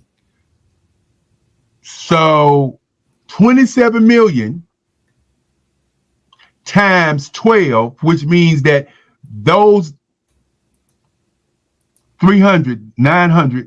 600 people are doing a class on your product, who is you, over a 12-month period. How much money is that? Well, doing that type of math, you get 324 million. So ask yourself, which path do you really want to be on? Do you want to be on a solopreneur? Do you want to be a hustlepreneur? Do you want to be an appreneur? Or do you want to be an entrepreneur? Which one do you want to be? Oh, entrepreneur for sure. So that's the path of a true operating system. It is actually operating. When you look at your cell phone, why is the cell phone a tremendous business? Because of one word, and that's called duplication. So that is the operating system. I'm looking at our time, so we're going to have to speak. You got to come to the class to really get the information. You got to read the book to get the information. Yeah, that's the result. That's the outcome that people are looking for. Who would not want $300 million that's duplicating every year? And remember, you're duplicating you, and it's a hard concept. Now, ask yourself the last question. Multiply that by 10 and tell me what you get. Oh, then now you're a billionaire. So what are we doing? What are we doing? Well, I love the concept, what you're doing with the operating system, and understanding that you've got to duplicate yourself and duplicate the different functions of your business, and that you're teaching others, and all of that now becomes an opportunity for you to expand and grow. And that is a wonderful path forward for running a business. There is no doubt about it. Before I let you go, we've got 1 minute, about a minute and a half. No, nobody's going to tap me on my shoulder. Okay. And tell me that I got to go. We're going to get through the... Well, there's one thing that you did not get through that we want to get through that, and that is the mind print. Mm-hmm. It's so important to understand the mind print, because that's creating that lasting and positive impact, and understanding your own mental print. So talk to us about what is your definition of the mind print? Well, the mastermind mind print is very important. And the reason I said nobody's going to tap me on my shoulder is because if I don't talk about the mastermind mind print, then everything that I talked about before don't wrap up into what we call the box. Yes. Your mind print. And I break the mind print down into colors. There's your gray print, there's your red print, there's your blue print, your green print, and the most powerful one for all of us, your black print. Mm-hmm. Your gray print is your subconscious mind. Your subconscious mind is the most powerful part of who you are as a human being, because it has no filters. It doesn't have no decisions. It don't make a yes or a no decision. The decision it makes is only what you put in your subconscious mind. Mm-hmm. If you say that you want to be a millionaire, billionaire, whatever, your subconscious mind will seek out these opportunities. The challenge that you have with your subconscious mind is something called distractions. Mm-hmm. You know, you can be distracted by television, distracted by girlfriend, boyfriend. You can be distracted by an activity, but your subconscious mind is not ever distracted. Whatever's in your subconscious mind is what you're going to get. In other words, what you think about all day long is who you really are. In my emails, I always say what you're looking for is looking for you. Mm-hmm. I am talking about what your subconscious mind is looking for you as you're looking. All the people that come this morning were looking for what I just gave them. Mm-hmm. And so your subconscious mind can be mean and hateful because that's what you think about, or your subconscious mind can be wealthy. So if you're not reading books, if you're not taking seminars, if you're not doing Google and you're not doing research and you're not using YouTube and you're not using all the apparatuses around you to become better, then your subconscious mind can't get better. You can't begin to think. Remember, turn your imagination into your compensation. So your next print is your red print. That's why you have to deal with your mind state. You have to deal with your mindset. That's why you have to deal with your mind shift, your change, because how you show up is how you do business. Mm-hmm. In other words, if you're always late, hey, that's how you show up. If you're early, that's how you show up. If you're always negative, that's how you show up. So you got to deal with your mental state to figure out who you are, so that you can deal with your red print, which is the blood that courses through you each and every day. Now, your blueprint, business owner or person, who is the person that you want to be like? And you would say, well, I want to be an original. Well, I hate to tell you, no one's an original. Okay. Your blueprint to be a millionaire, you have to study a millionaire to become that. Your blueprint to have a great business, you have to study the great business in your marketplace to see all the things that they have done to keep you from making the same mistakes. Right. If a billionaire say you need to read, then guess what you need to do? You need to read. If you're running a business and you're running a media company and you say you want a great media company and you don't study one of the top media companies and get their annual report and get their information and research them, then you're just going to be bouncing around trying to become this great company you say you want to become. So your blueprint is very important, but your green print, and your green print is to look at your blueprint and see what you like about the blueprint that you enjoy doing as a person that will earn you the money. Mm-hmm. Your black print. And I'm looking at that time, so I'm trying to get us down. Yep. Your black print is your exit strategy, whether you're going to sell the business, whether you're going to have your kids to run the business. That's your exit strategy, your family, whoever's going to run the business. Because you don't want to build a business just to say you're in business. You want to build a business to make a profit from that business. Mm-hmm. So your exit strategy is very important. Then your retirement. If you're not thinking to retire wealthy, then why are you in business? Mm-hmm. And then last but not least is the next project on your table. Because when you get to the black print is like you're starting all over again. But you must get to the black print first. Mm-hmm.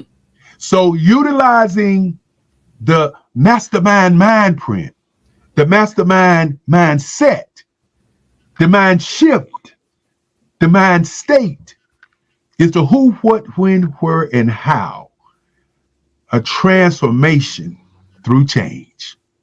Awesome, man. This has been an awesome way to kick us off this morning. Talking about black business and the culture. That is the culture. Thank you so much for being with us this morning as we continue on this September version of the Black Business Expo, Black Business Olympics, Black Business Network.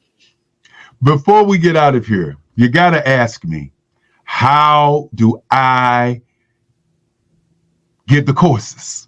How do I get the book? How do I get the certification? What is my offer? What is your offer, Dr. Kelly? Well, the reason I did that way is because we must, all business owners that come on, ask for an offer. We must share an offer. Now, I'm going to give my offer on Sunday night. My offer will be given on Sunday night. And my offer is going to give you the opportunity to do a one-on-one, to be a part of my, what I call Flight Millionaires, give you an opportunity to be a part of my courses, to give you an opportunity to buy my book. And with that being said, for those who are really ready to go today, call me at 919-308-9090 or email me, erickelly45@gmail.com. And you will get my trusted operating systems assistant who will put you in the space to be a part of what we're doing today. And as we continue to say, genius is common. And I'll see you on the other side.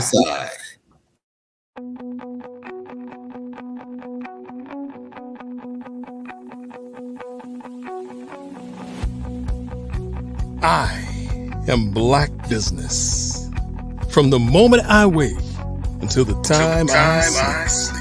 Yes, I am Black Business. I am Black Business. Tell me, are you Black Business? I am Black Business. Do you support Black businesses? Listen, I support Black business because I am Black Business. Black Business Expo, one of the largest business showcases in the history of Black business in the world. the world. Sign up today at www.blackbusinessexpousa.com or call 919-308-9090. I am Black Business.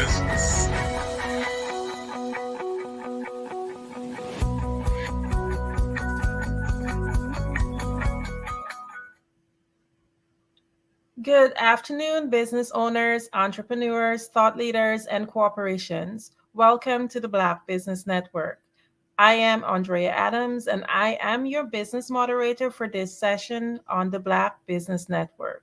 The Black Business Network is a 24-hour business network showcasing Black businesses, business owners, entrepreneurs, and thought leaders worldwide. We have speakers from North Carolina, London, Singapore, Africa, Japan, and cities all over the United States. The Black Business Network is a global community sharing its business knowledge to empower, inspire, and educate businesses about business. Our next speaker is Lori Mitchell, and she is a trailblazer in technology, a leader and the founder and CEO of Black Women in Technology, BWIT, an organization focused on advancing the presence and the success of Black American women and women from all backgrounds in the tech industry. With a mission to bridge gaps in diversity and inclusion, Lori has established herself as a powerful advocate for women in tech, specializing in artificial intelligence and emerging technologies.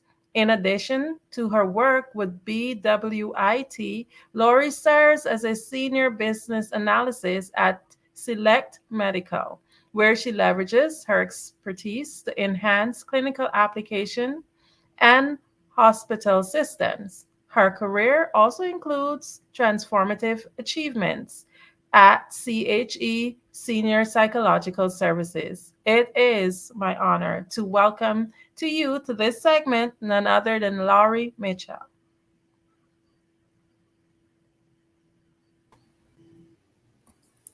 Hello, Andrea. How are you this afternoon?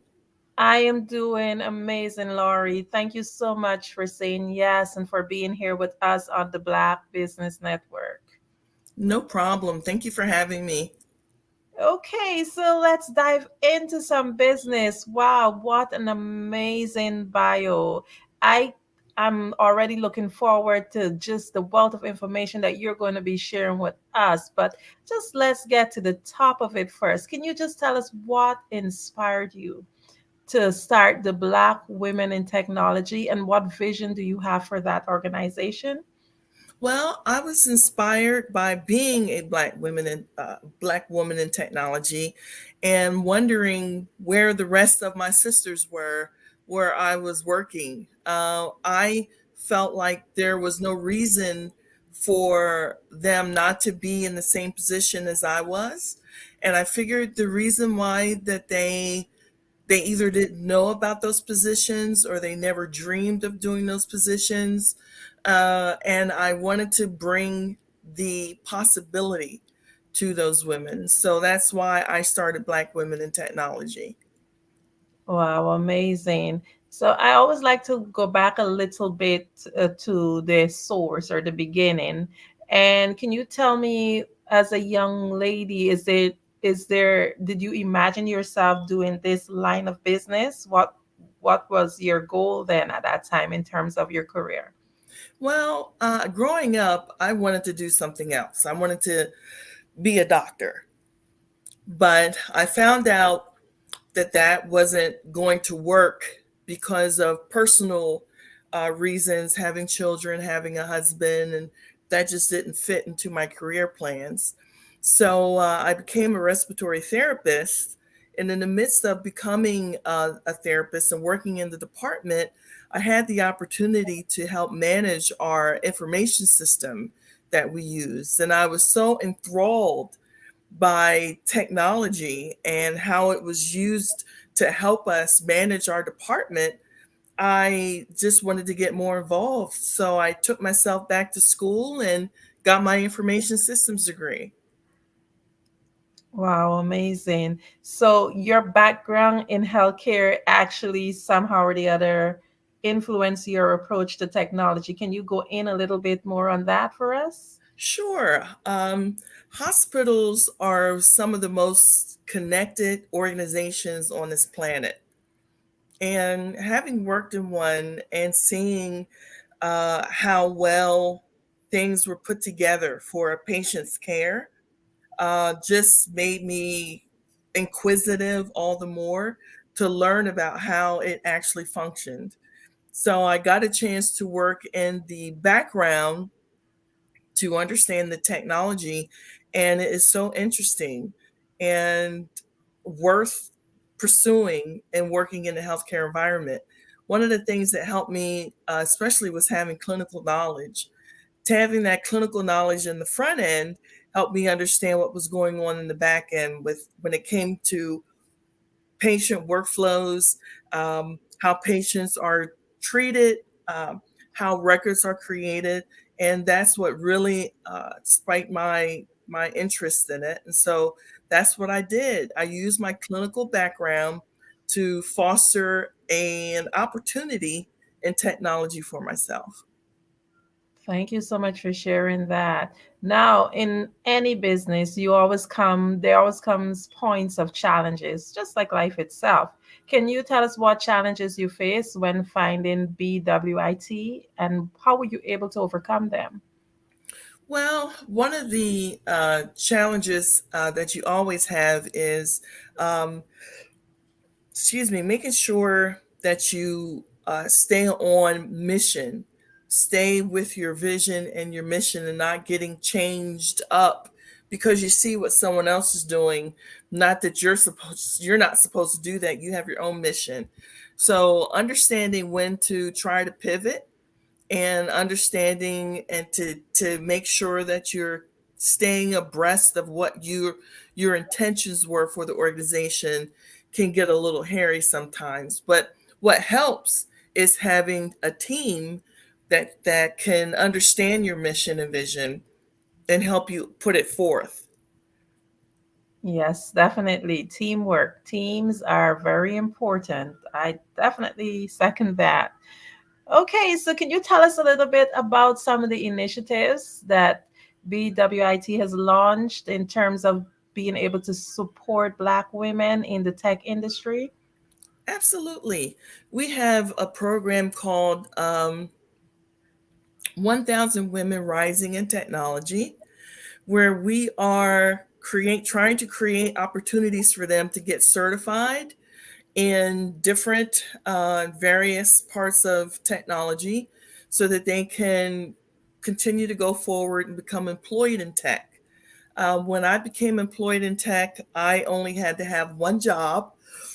I didn't have to work five. I had five jobs at one time trying to work to take care of my family. I didn't have to do that anymore when I landed a position in tech.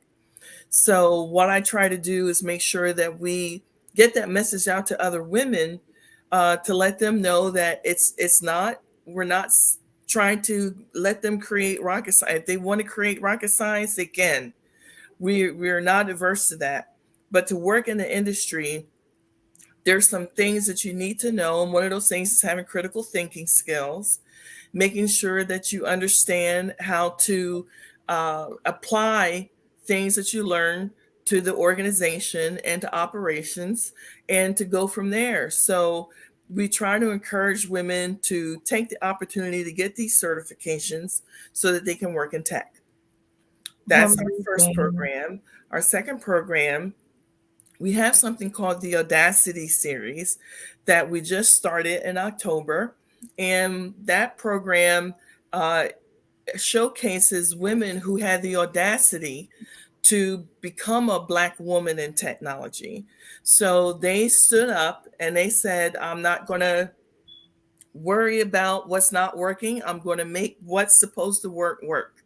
And that's what we did. So we highlight those women and we create an opportunity for them to tell us what made that thing click for them so that they could be in the tech arena.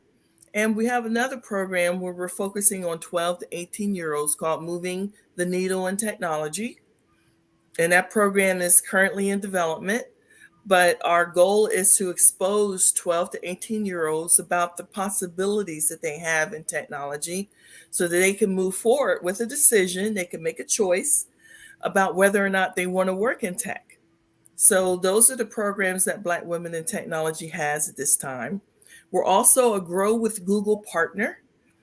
Grow with Google offers free certifications to Black women or any woman, anybody who wants to learn more about technology. So those things are free. Anybody can take those courses. All they have to do is email me at Lori@blackwomenintech.com, and we can get them started with taking these courses. Wow, quite amazing. So that's really great information. I have both my sons. One is 19, the other is 11, and they are both pursuing technology. So it's really great hearing about this. It's definitely an interest, an area of topic that always piques my interest. Now, you speak a lot about women, and what I want to find out is how important is it for you to show not just diversity but also inclusion when it comes to the tech industry today? Because you did mention when you started you didn't see a lot of women and women of color. So can you just tell us a little bit more about that and your journey along that line? Well, I think it is very important to have a diverse workforce, because chances are you have diverse customer base, and you want to be able to translate the work to your customers so that they know what they're buying and what they're utilizing. So in this case, what I have found is I enjoy being in the midst of a diverse workforce. Everybody brings something to the table. And it's not just the tech and the knowledge of the tech, but it's our personal experiences, getting to know one another, getting to appreciate one another's presence in those types of situations. So I think it is awesome to be diverse. I encourage women as much as possible, especially Black women, not to worry about being the only Black woman in the space, because a lot of that still goes on. But to make sure that we have the knowledge and the power to continue to remain in that space and to bring someone else along with us. So that's the goal. We need to bring someone else along with us. We can't be the one monkey that steals the show. We need to make sure that our sisters and our brothers are working with us, and in our own presence, and what they don't know, we help them learn. That's why we have the Grow with Google program, to help them learn. Amazing. Okay, so you're talking about a lot about the tech community. What impact do you want BWIT to have on the tech community? And that is a long-term impact. Long-term impact, I would envision women being in those spaces, taking the opportunities that are around them to actually be in those spaces. So long term, we're looking at putting at least a dent in the diversity numbers for corporations and for companies. Everybody doesn't need to work for Google and Microsoft to be in a diverse situation. There are smaller companies. There are organizations. Everybody uses tech. Everybody uses tech. So you have to find your right position and your right goal, and join that organization to help them flourish, and help them put forward their mission and vision, and get yourself in a position where you're appreciated as that person who's working in that tech environment. So my goal is to make sure that we are able to get that message across. We want to get that message across to women, to men, especially those who are of African descent in this country, to make sure that they have the opportunities to seek out those opportunities in organizations across the world. Quite amazing. Absolutely love this. Can you share some insights on the work you do as a senior business analysis at Select Medical? Sure. I have worked for the hospital information technology industry since the 90s. So I've been doing this for 20 some odd years now. And what I do is help the organization maintain the clinical side of the house.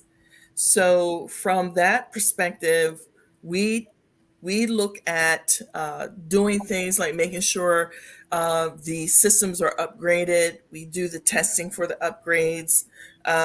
We make sure that the applications that are used are up to date.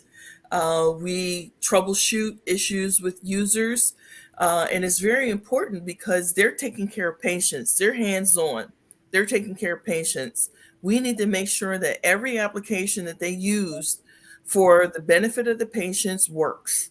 That is our goal, to make sure it works because we care about our patients. And even though we're in the background and we may never touch a patient, it is important to make sure that those applications work as they should. And Lord knows there are many applications out there, so we have to keep them up and running. Wow. So I'm going to go into a very touchy subject for some people, and it's none other than AI, artificial intelligence. Some people they're a bit skeptical about it, but what do you see as the most exciting advancement in AI? I think the most exciting advancement is what it does with data, because it has the data and it's able to make sense of the data. So AI is nothing new. It is new to lay people because of the large language models that have come out. But I do think that AI is very interesting and it's going to affect us all. It's going to affect our jobs. And it remains to be seen how jobs are going to be affected. Right now, there are some positions that are being affected. For example, Google says it does, I can't remember the number, but it was significant to me. I couldn't believe it was that high of coding using an AI model. So they don't need software engineers or coders anymore because AI is doing the coding for them. That's significant. So if I was going to be a software engineer, I'd want to try to think about switching it up or pivoting a little bit to something a little less, the AI would be less inclined to take over. So I think there's going to be an impact. It's coming. There are companies that continue to lay off. Dropbox just laid off a bunch of people because they're pivoting to AI, which will cause them to save money. And that's what companies care about, saving money because of their profitability. So that's what we have to look at and make sure that we put ourselves in a position to help a company be profitable. So we have to be able to talk their language when it comes even to AI. You need me because I can be profitable for you. And that's what we want to get across. Wow, it's interesting that you spoke about those jobs and AI, and I think that's probably one of the reasons why some people worry. But I have been privy to some information before where someone said just as fast as AI is taking some jobs, we have to really be open-minded and understand that it's actually creating new jobs. We just got to learn how to go with the flow and see where the opportunities come. Now, how do you integrate emerging technologies like AI into your current work at Select Medical and BWIT? Well, if you look at Select Medical, you look at patient care, AI is being used to help predict outcomes for patients who are ill, whether they're ill or whether they're in chronic illness situations. It's able to pinpoint and predict what medications could be used. It is predicting how well the medication may or may not work based on the information that was given. It's used a lot in radiology to pinpoint tumors and things like that. So Select Medical would use it to help predict patient outcomes. When it comes to Black women in technology, what we're doing, we are using AI to help us in our operational side of things. And it's been very, very helpful to help us create a roadmap for our 2025 year, our fiscal year, and to help us apply for grants and things like that to help us reach our goals. When it comes to teaching AI, we provide those Google certificates to people so that they can learn AI within Black women in technology to help them understand how AI works.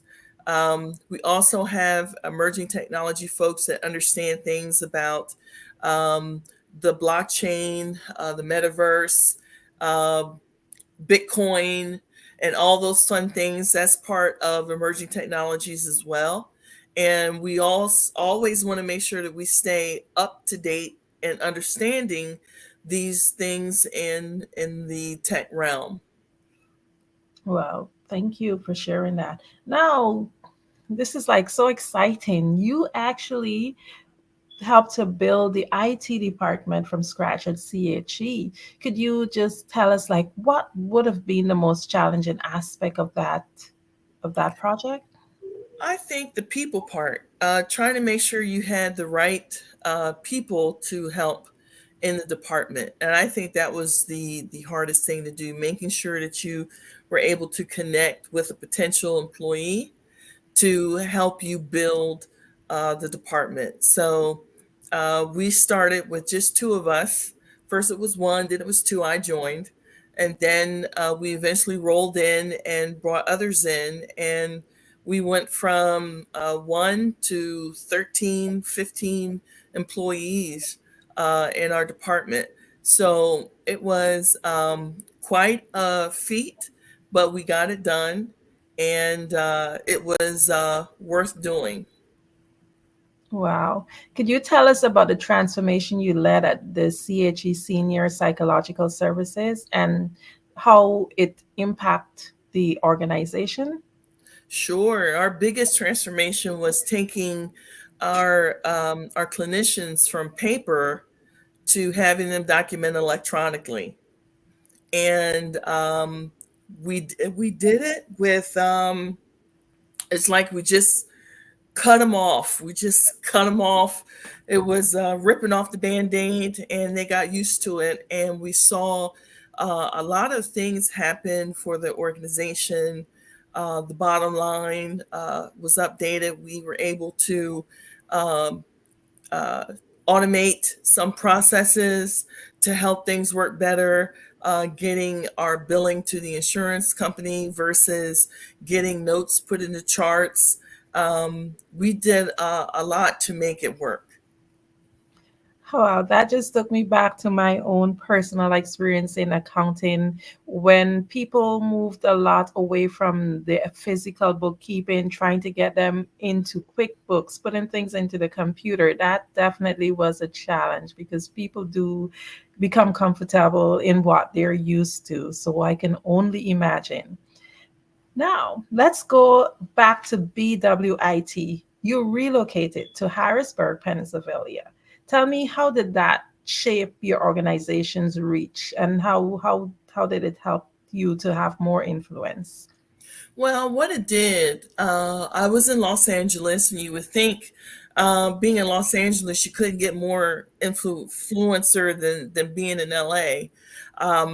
But the pandemic hit, and I moved back to Harrisburg, which is my hometown. My family is here. And one of the things that I did during COVID was increase the virtual spaces that Black women in tech had. So we reached out more virtually and got participation that way. And I found that to be uh, very, very helpful because it breaks down barriers. It breaks down the barrier to travel. It breaks down the barrier to rush to get to a location. All you got to do is hop on your computer and we can have a conversation. And I do love that about technology. I'm a fan of Zoom.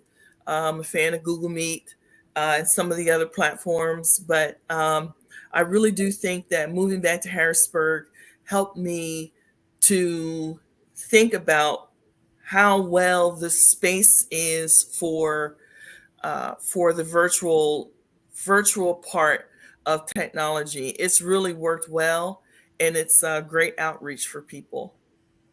Amazing. So change again, whether it's physical or in the way we do action. So let's shift a bit to connections and networking. How does BWIT foster connections and networking opportunity for members? Well, what we do, we have a membership platform called the Mighty Networks. And on that platform, there is the opportunity to engage. Our tagline is teach, engage, and serve. There's opportunities there to learn about one another, to engage one another, to network with one another very easily. There's also opportunities that we have on during the week. We picked Thursday for our day to be able to get together. It's a virtual meet, and what we do is we talk. We talk. Sometimes we have specific things that we are going to talk about, and we bring on guest speakers.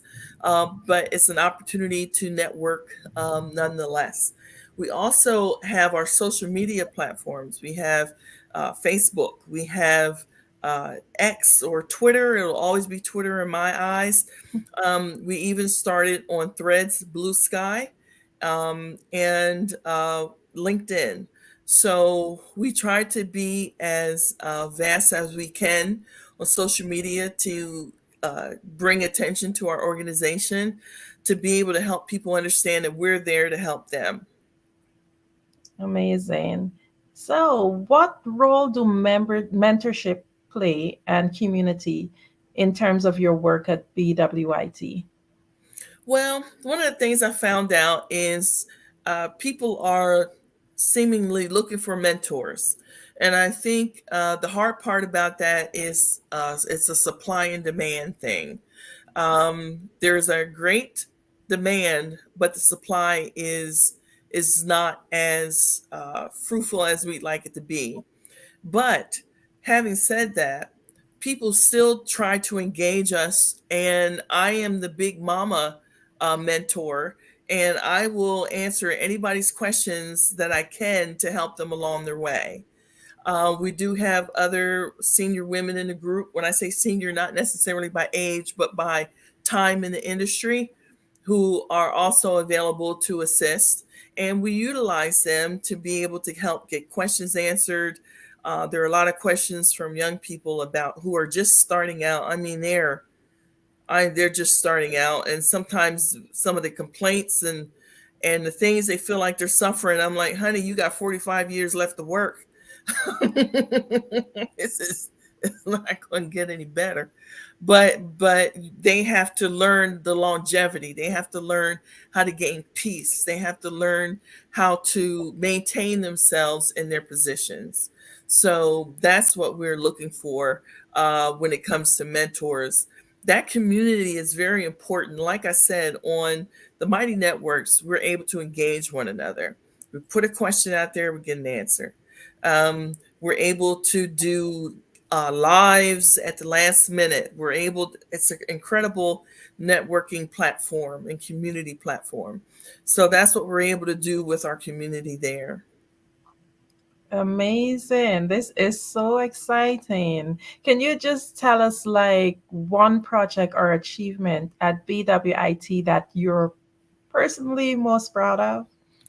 Yeah, back in 2018, seems like forever now, we put on a conference in Seattle, Washington, and we put it on at the Microsoft headquarters in Bellevue, Washington. And it was the Black Women in Technology Northwest Summit. And we involved Microsoft. We had vendors like Google and Nintendo, and we had the attendance of over 300 women.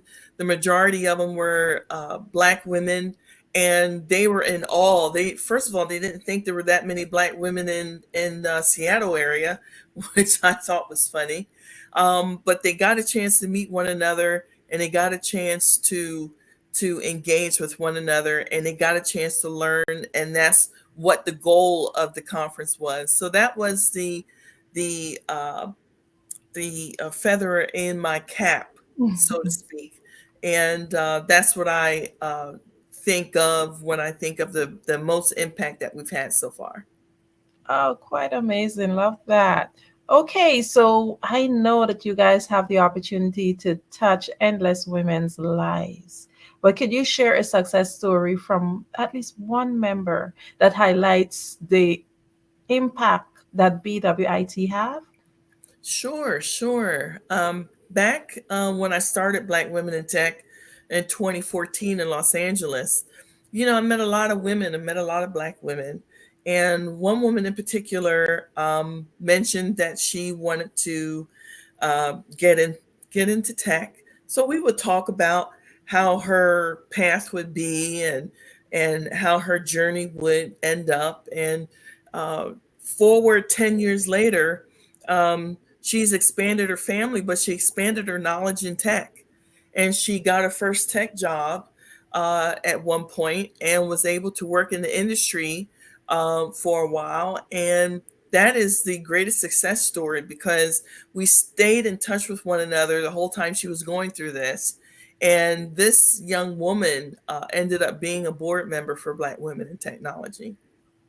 Oh, wow, amazing. So in everything that you're doing, we always know that there's in numbers and collaborations. Can you just share with us any collaboration or any recent projects that BWIT has undertaken? Well, we are, like I said, a partner with Google, and I tout that a lot because it's very important to me because Google is using their tech for good. And I think that's very important.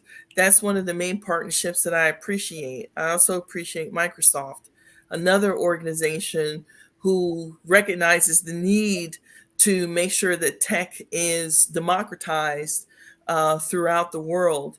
And they've also been a help to the Black women in tech community. There are smaller partners. We have women on our officers in our group. We partner with their organizations, just to throw some out there: Lifestyle Media Foundation. We are with MISLA, Made in South LA. It's a coding organization, a software engineering organization. We have some other partnerships and collaborations that we are looking forward to creating and moving forward with in 2025. So we're working on those now. Oh, wow. Wow, wow. You guys are just doing so much. Now, how do you envision the future of BWIT over the next 5 years? That's a very good question, and one that is definitely worthy to be asked. I see Black women in technology in 5 years continuing to make an impact by creating opportunities for Black women to engage in not only technology, but entrepreneurial pursuits in technology, creating businesses and creating entrepreneurial founders of technology organizations. We're looking forward to helping people understand they create their own opportunities if they want to. They don't always have to work for an organization. So we want to get that out there. We also want to make sure that we, in 5 years, reach the young people. We want to make sure that they understand that there are opportunities out there, even though it looks like things are bleak with AI and everything. But like you said, jobs are being created. Some are going away and others are going to be created. So we want to make them ready for those jobs. And we don't want to forget about the women who are over 40 who may want to transition into a tech role, we want to make sure that we shore them up and give them the tools that they need to get those jobs that they're looking for. So that's where I see Black women in technology making an impact in 5 years. Yeah, that is so big. I love, especially me myself being a woman over 40.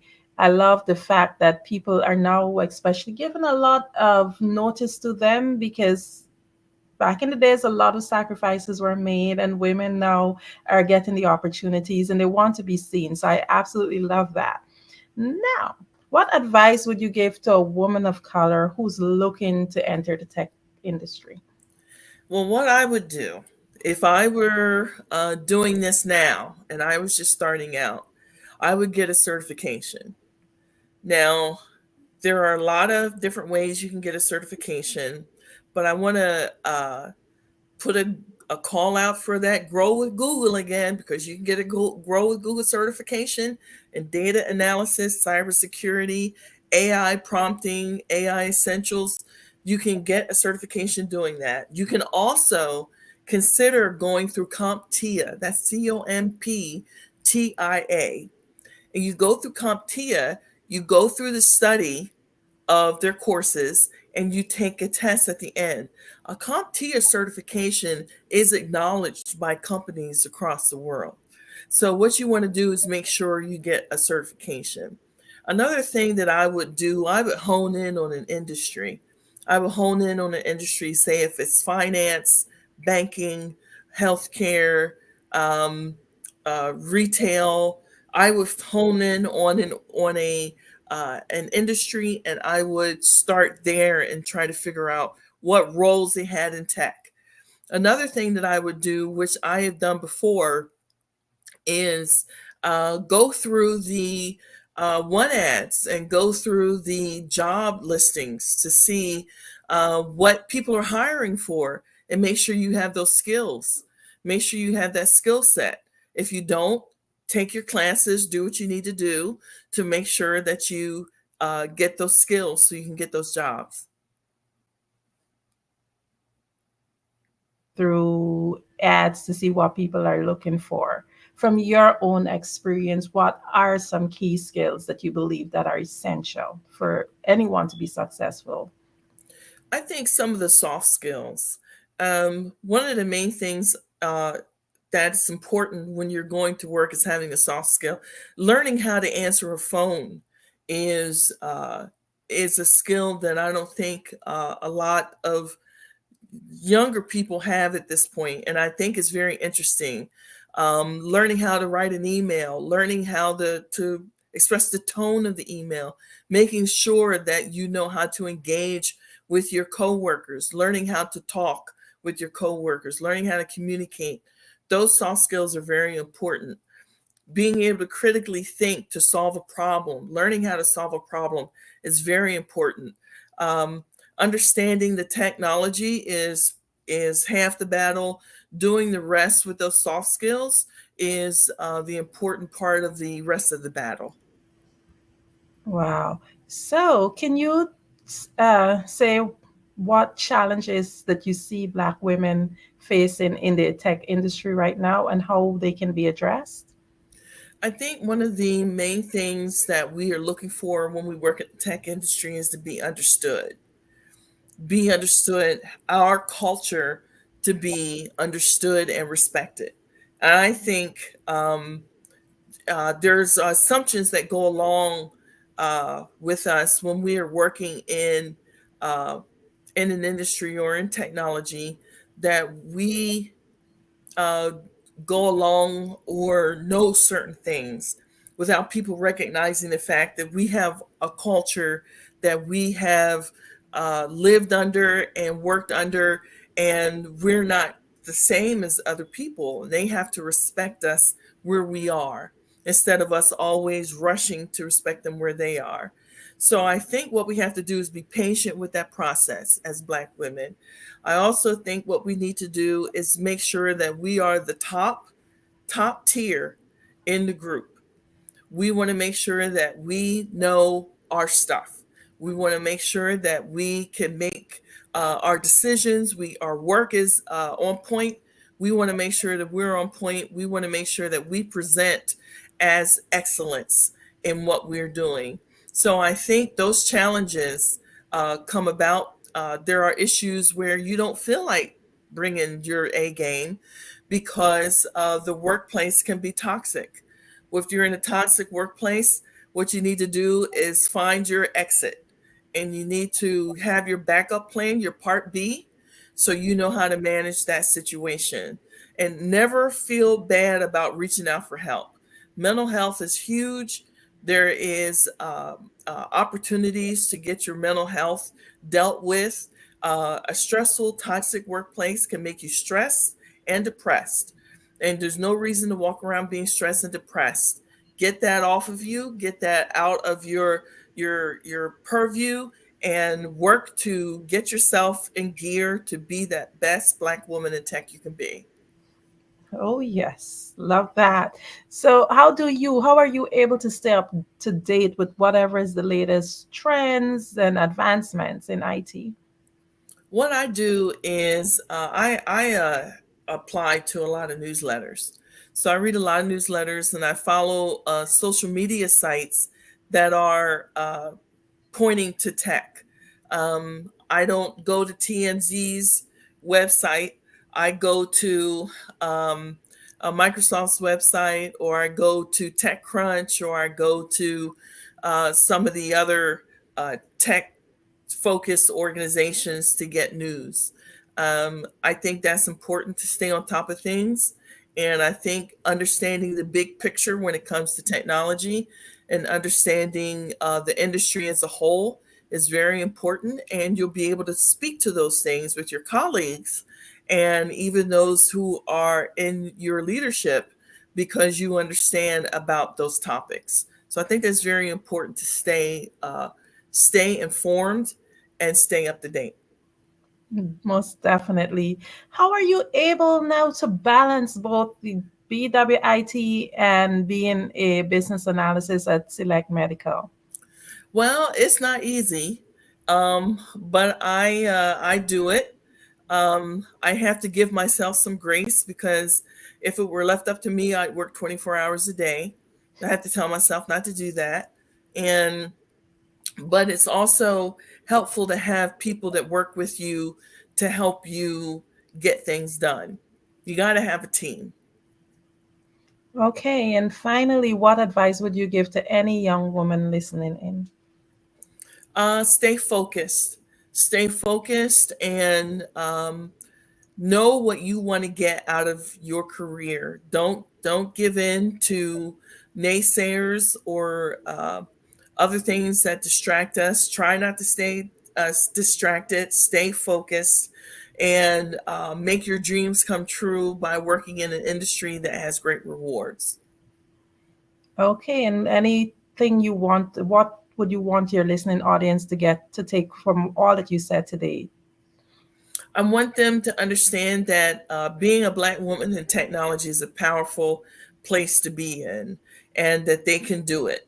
And if they need more information or want to engage with me, they can easily go to blackwomenintech.com and send the contact form out. We get the contact forms, and we can set up a time to actually speak. Amazing. Lori Mitchell, thank you so much for saying yes. I can interview you all evening. I still have more questions, but however, we're up on the hour. Thank you for saying yes, and thank you for being here on the Black Business Network. Thank you so much for having me. I appreciate the time. Genius is common, and I'll see you on the other side. Hello, I am Dr. Eric Kelly III, the visionary strategist and founder of the Black Business Olympics. I invite you to showcase your Black-owned businesses on the Black Business Network global stage. The Black Business Olympics is a global Black Business Network platform that propels Black-owned businesses into the international spotlight. By showcasing your business on the Black Business Olympics platform, you can reach a worldwide audience of potential customers, partners, and investors. You can also establish yourself as a thought leader, an expert in your field, attract lucrative partnerships, and more speaking engagements. In addition, the Black Business Olympics platform provides a valuable opportunity to connect and collaborate with like-minded entrepreneurs and business professionals from around the world. This can lead to new business opportunities, ideas, and relationships. Finally, by sharing your story and expertise on the Black Business Olympics platform, you can inspire and empower others. This is a powerful way to make a positive impact on the world and leave a lasting legacy. If you are a Black-owned business owner, I encourage you to seize the opportunity to showcase your business on the Black Business Olympics platform. It is a once-in-a-lifetime opportunity to make an indelible mark on the world. Be one of the 1,000 visionary entrepreneurs who are changing students' lives, shaping industries, and leaving an unforgettable legacy for their families. Unleash your voice on our global stage and watch your business thrive. Black Business Olympics is one of the largest Black business showcases in the history of Black business in the world. Yes, the entire world. Just give me a call today at 919-308-9090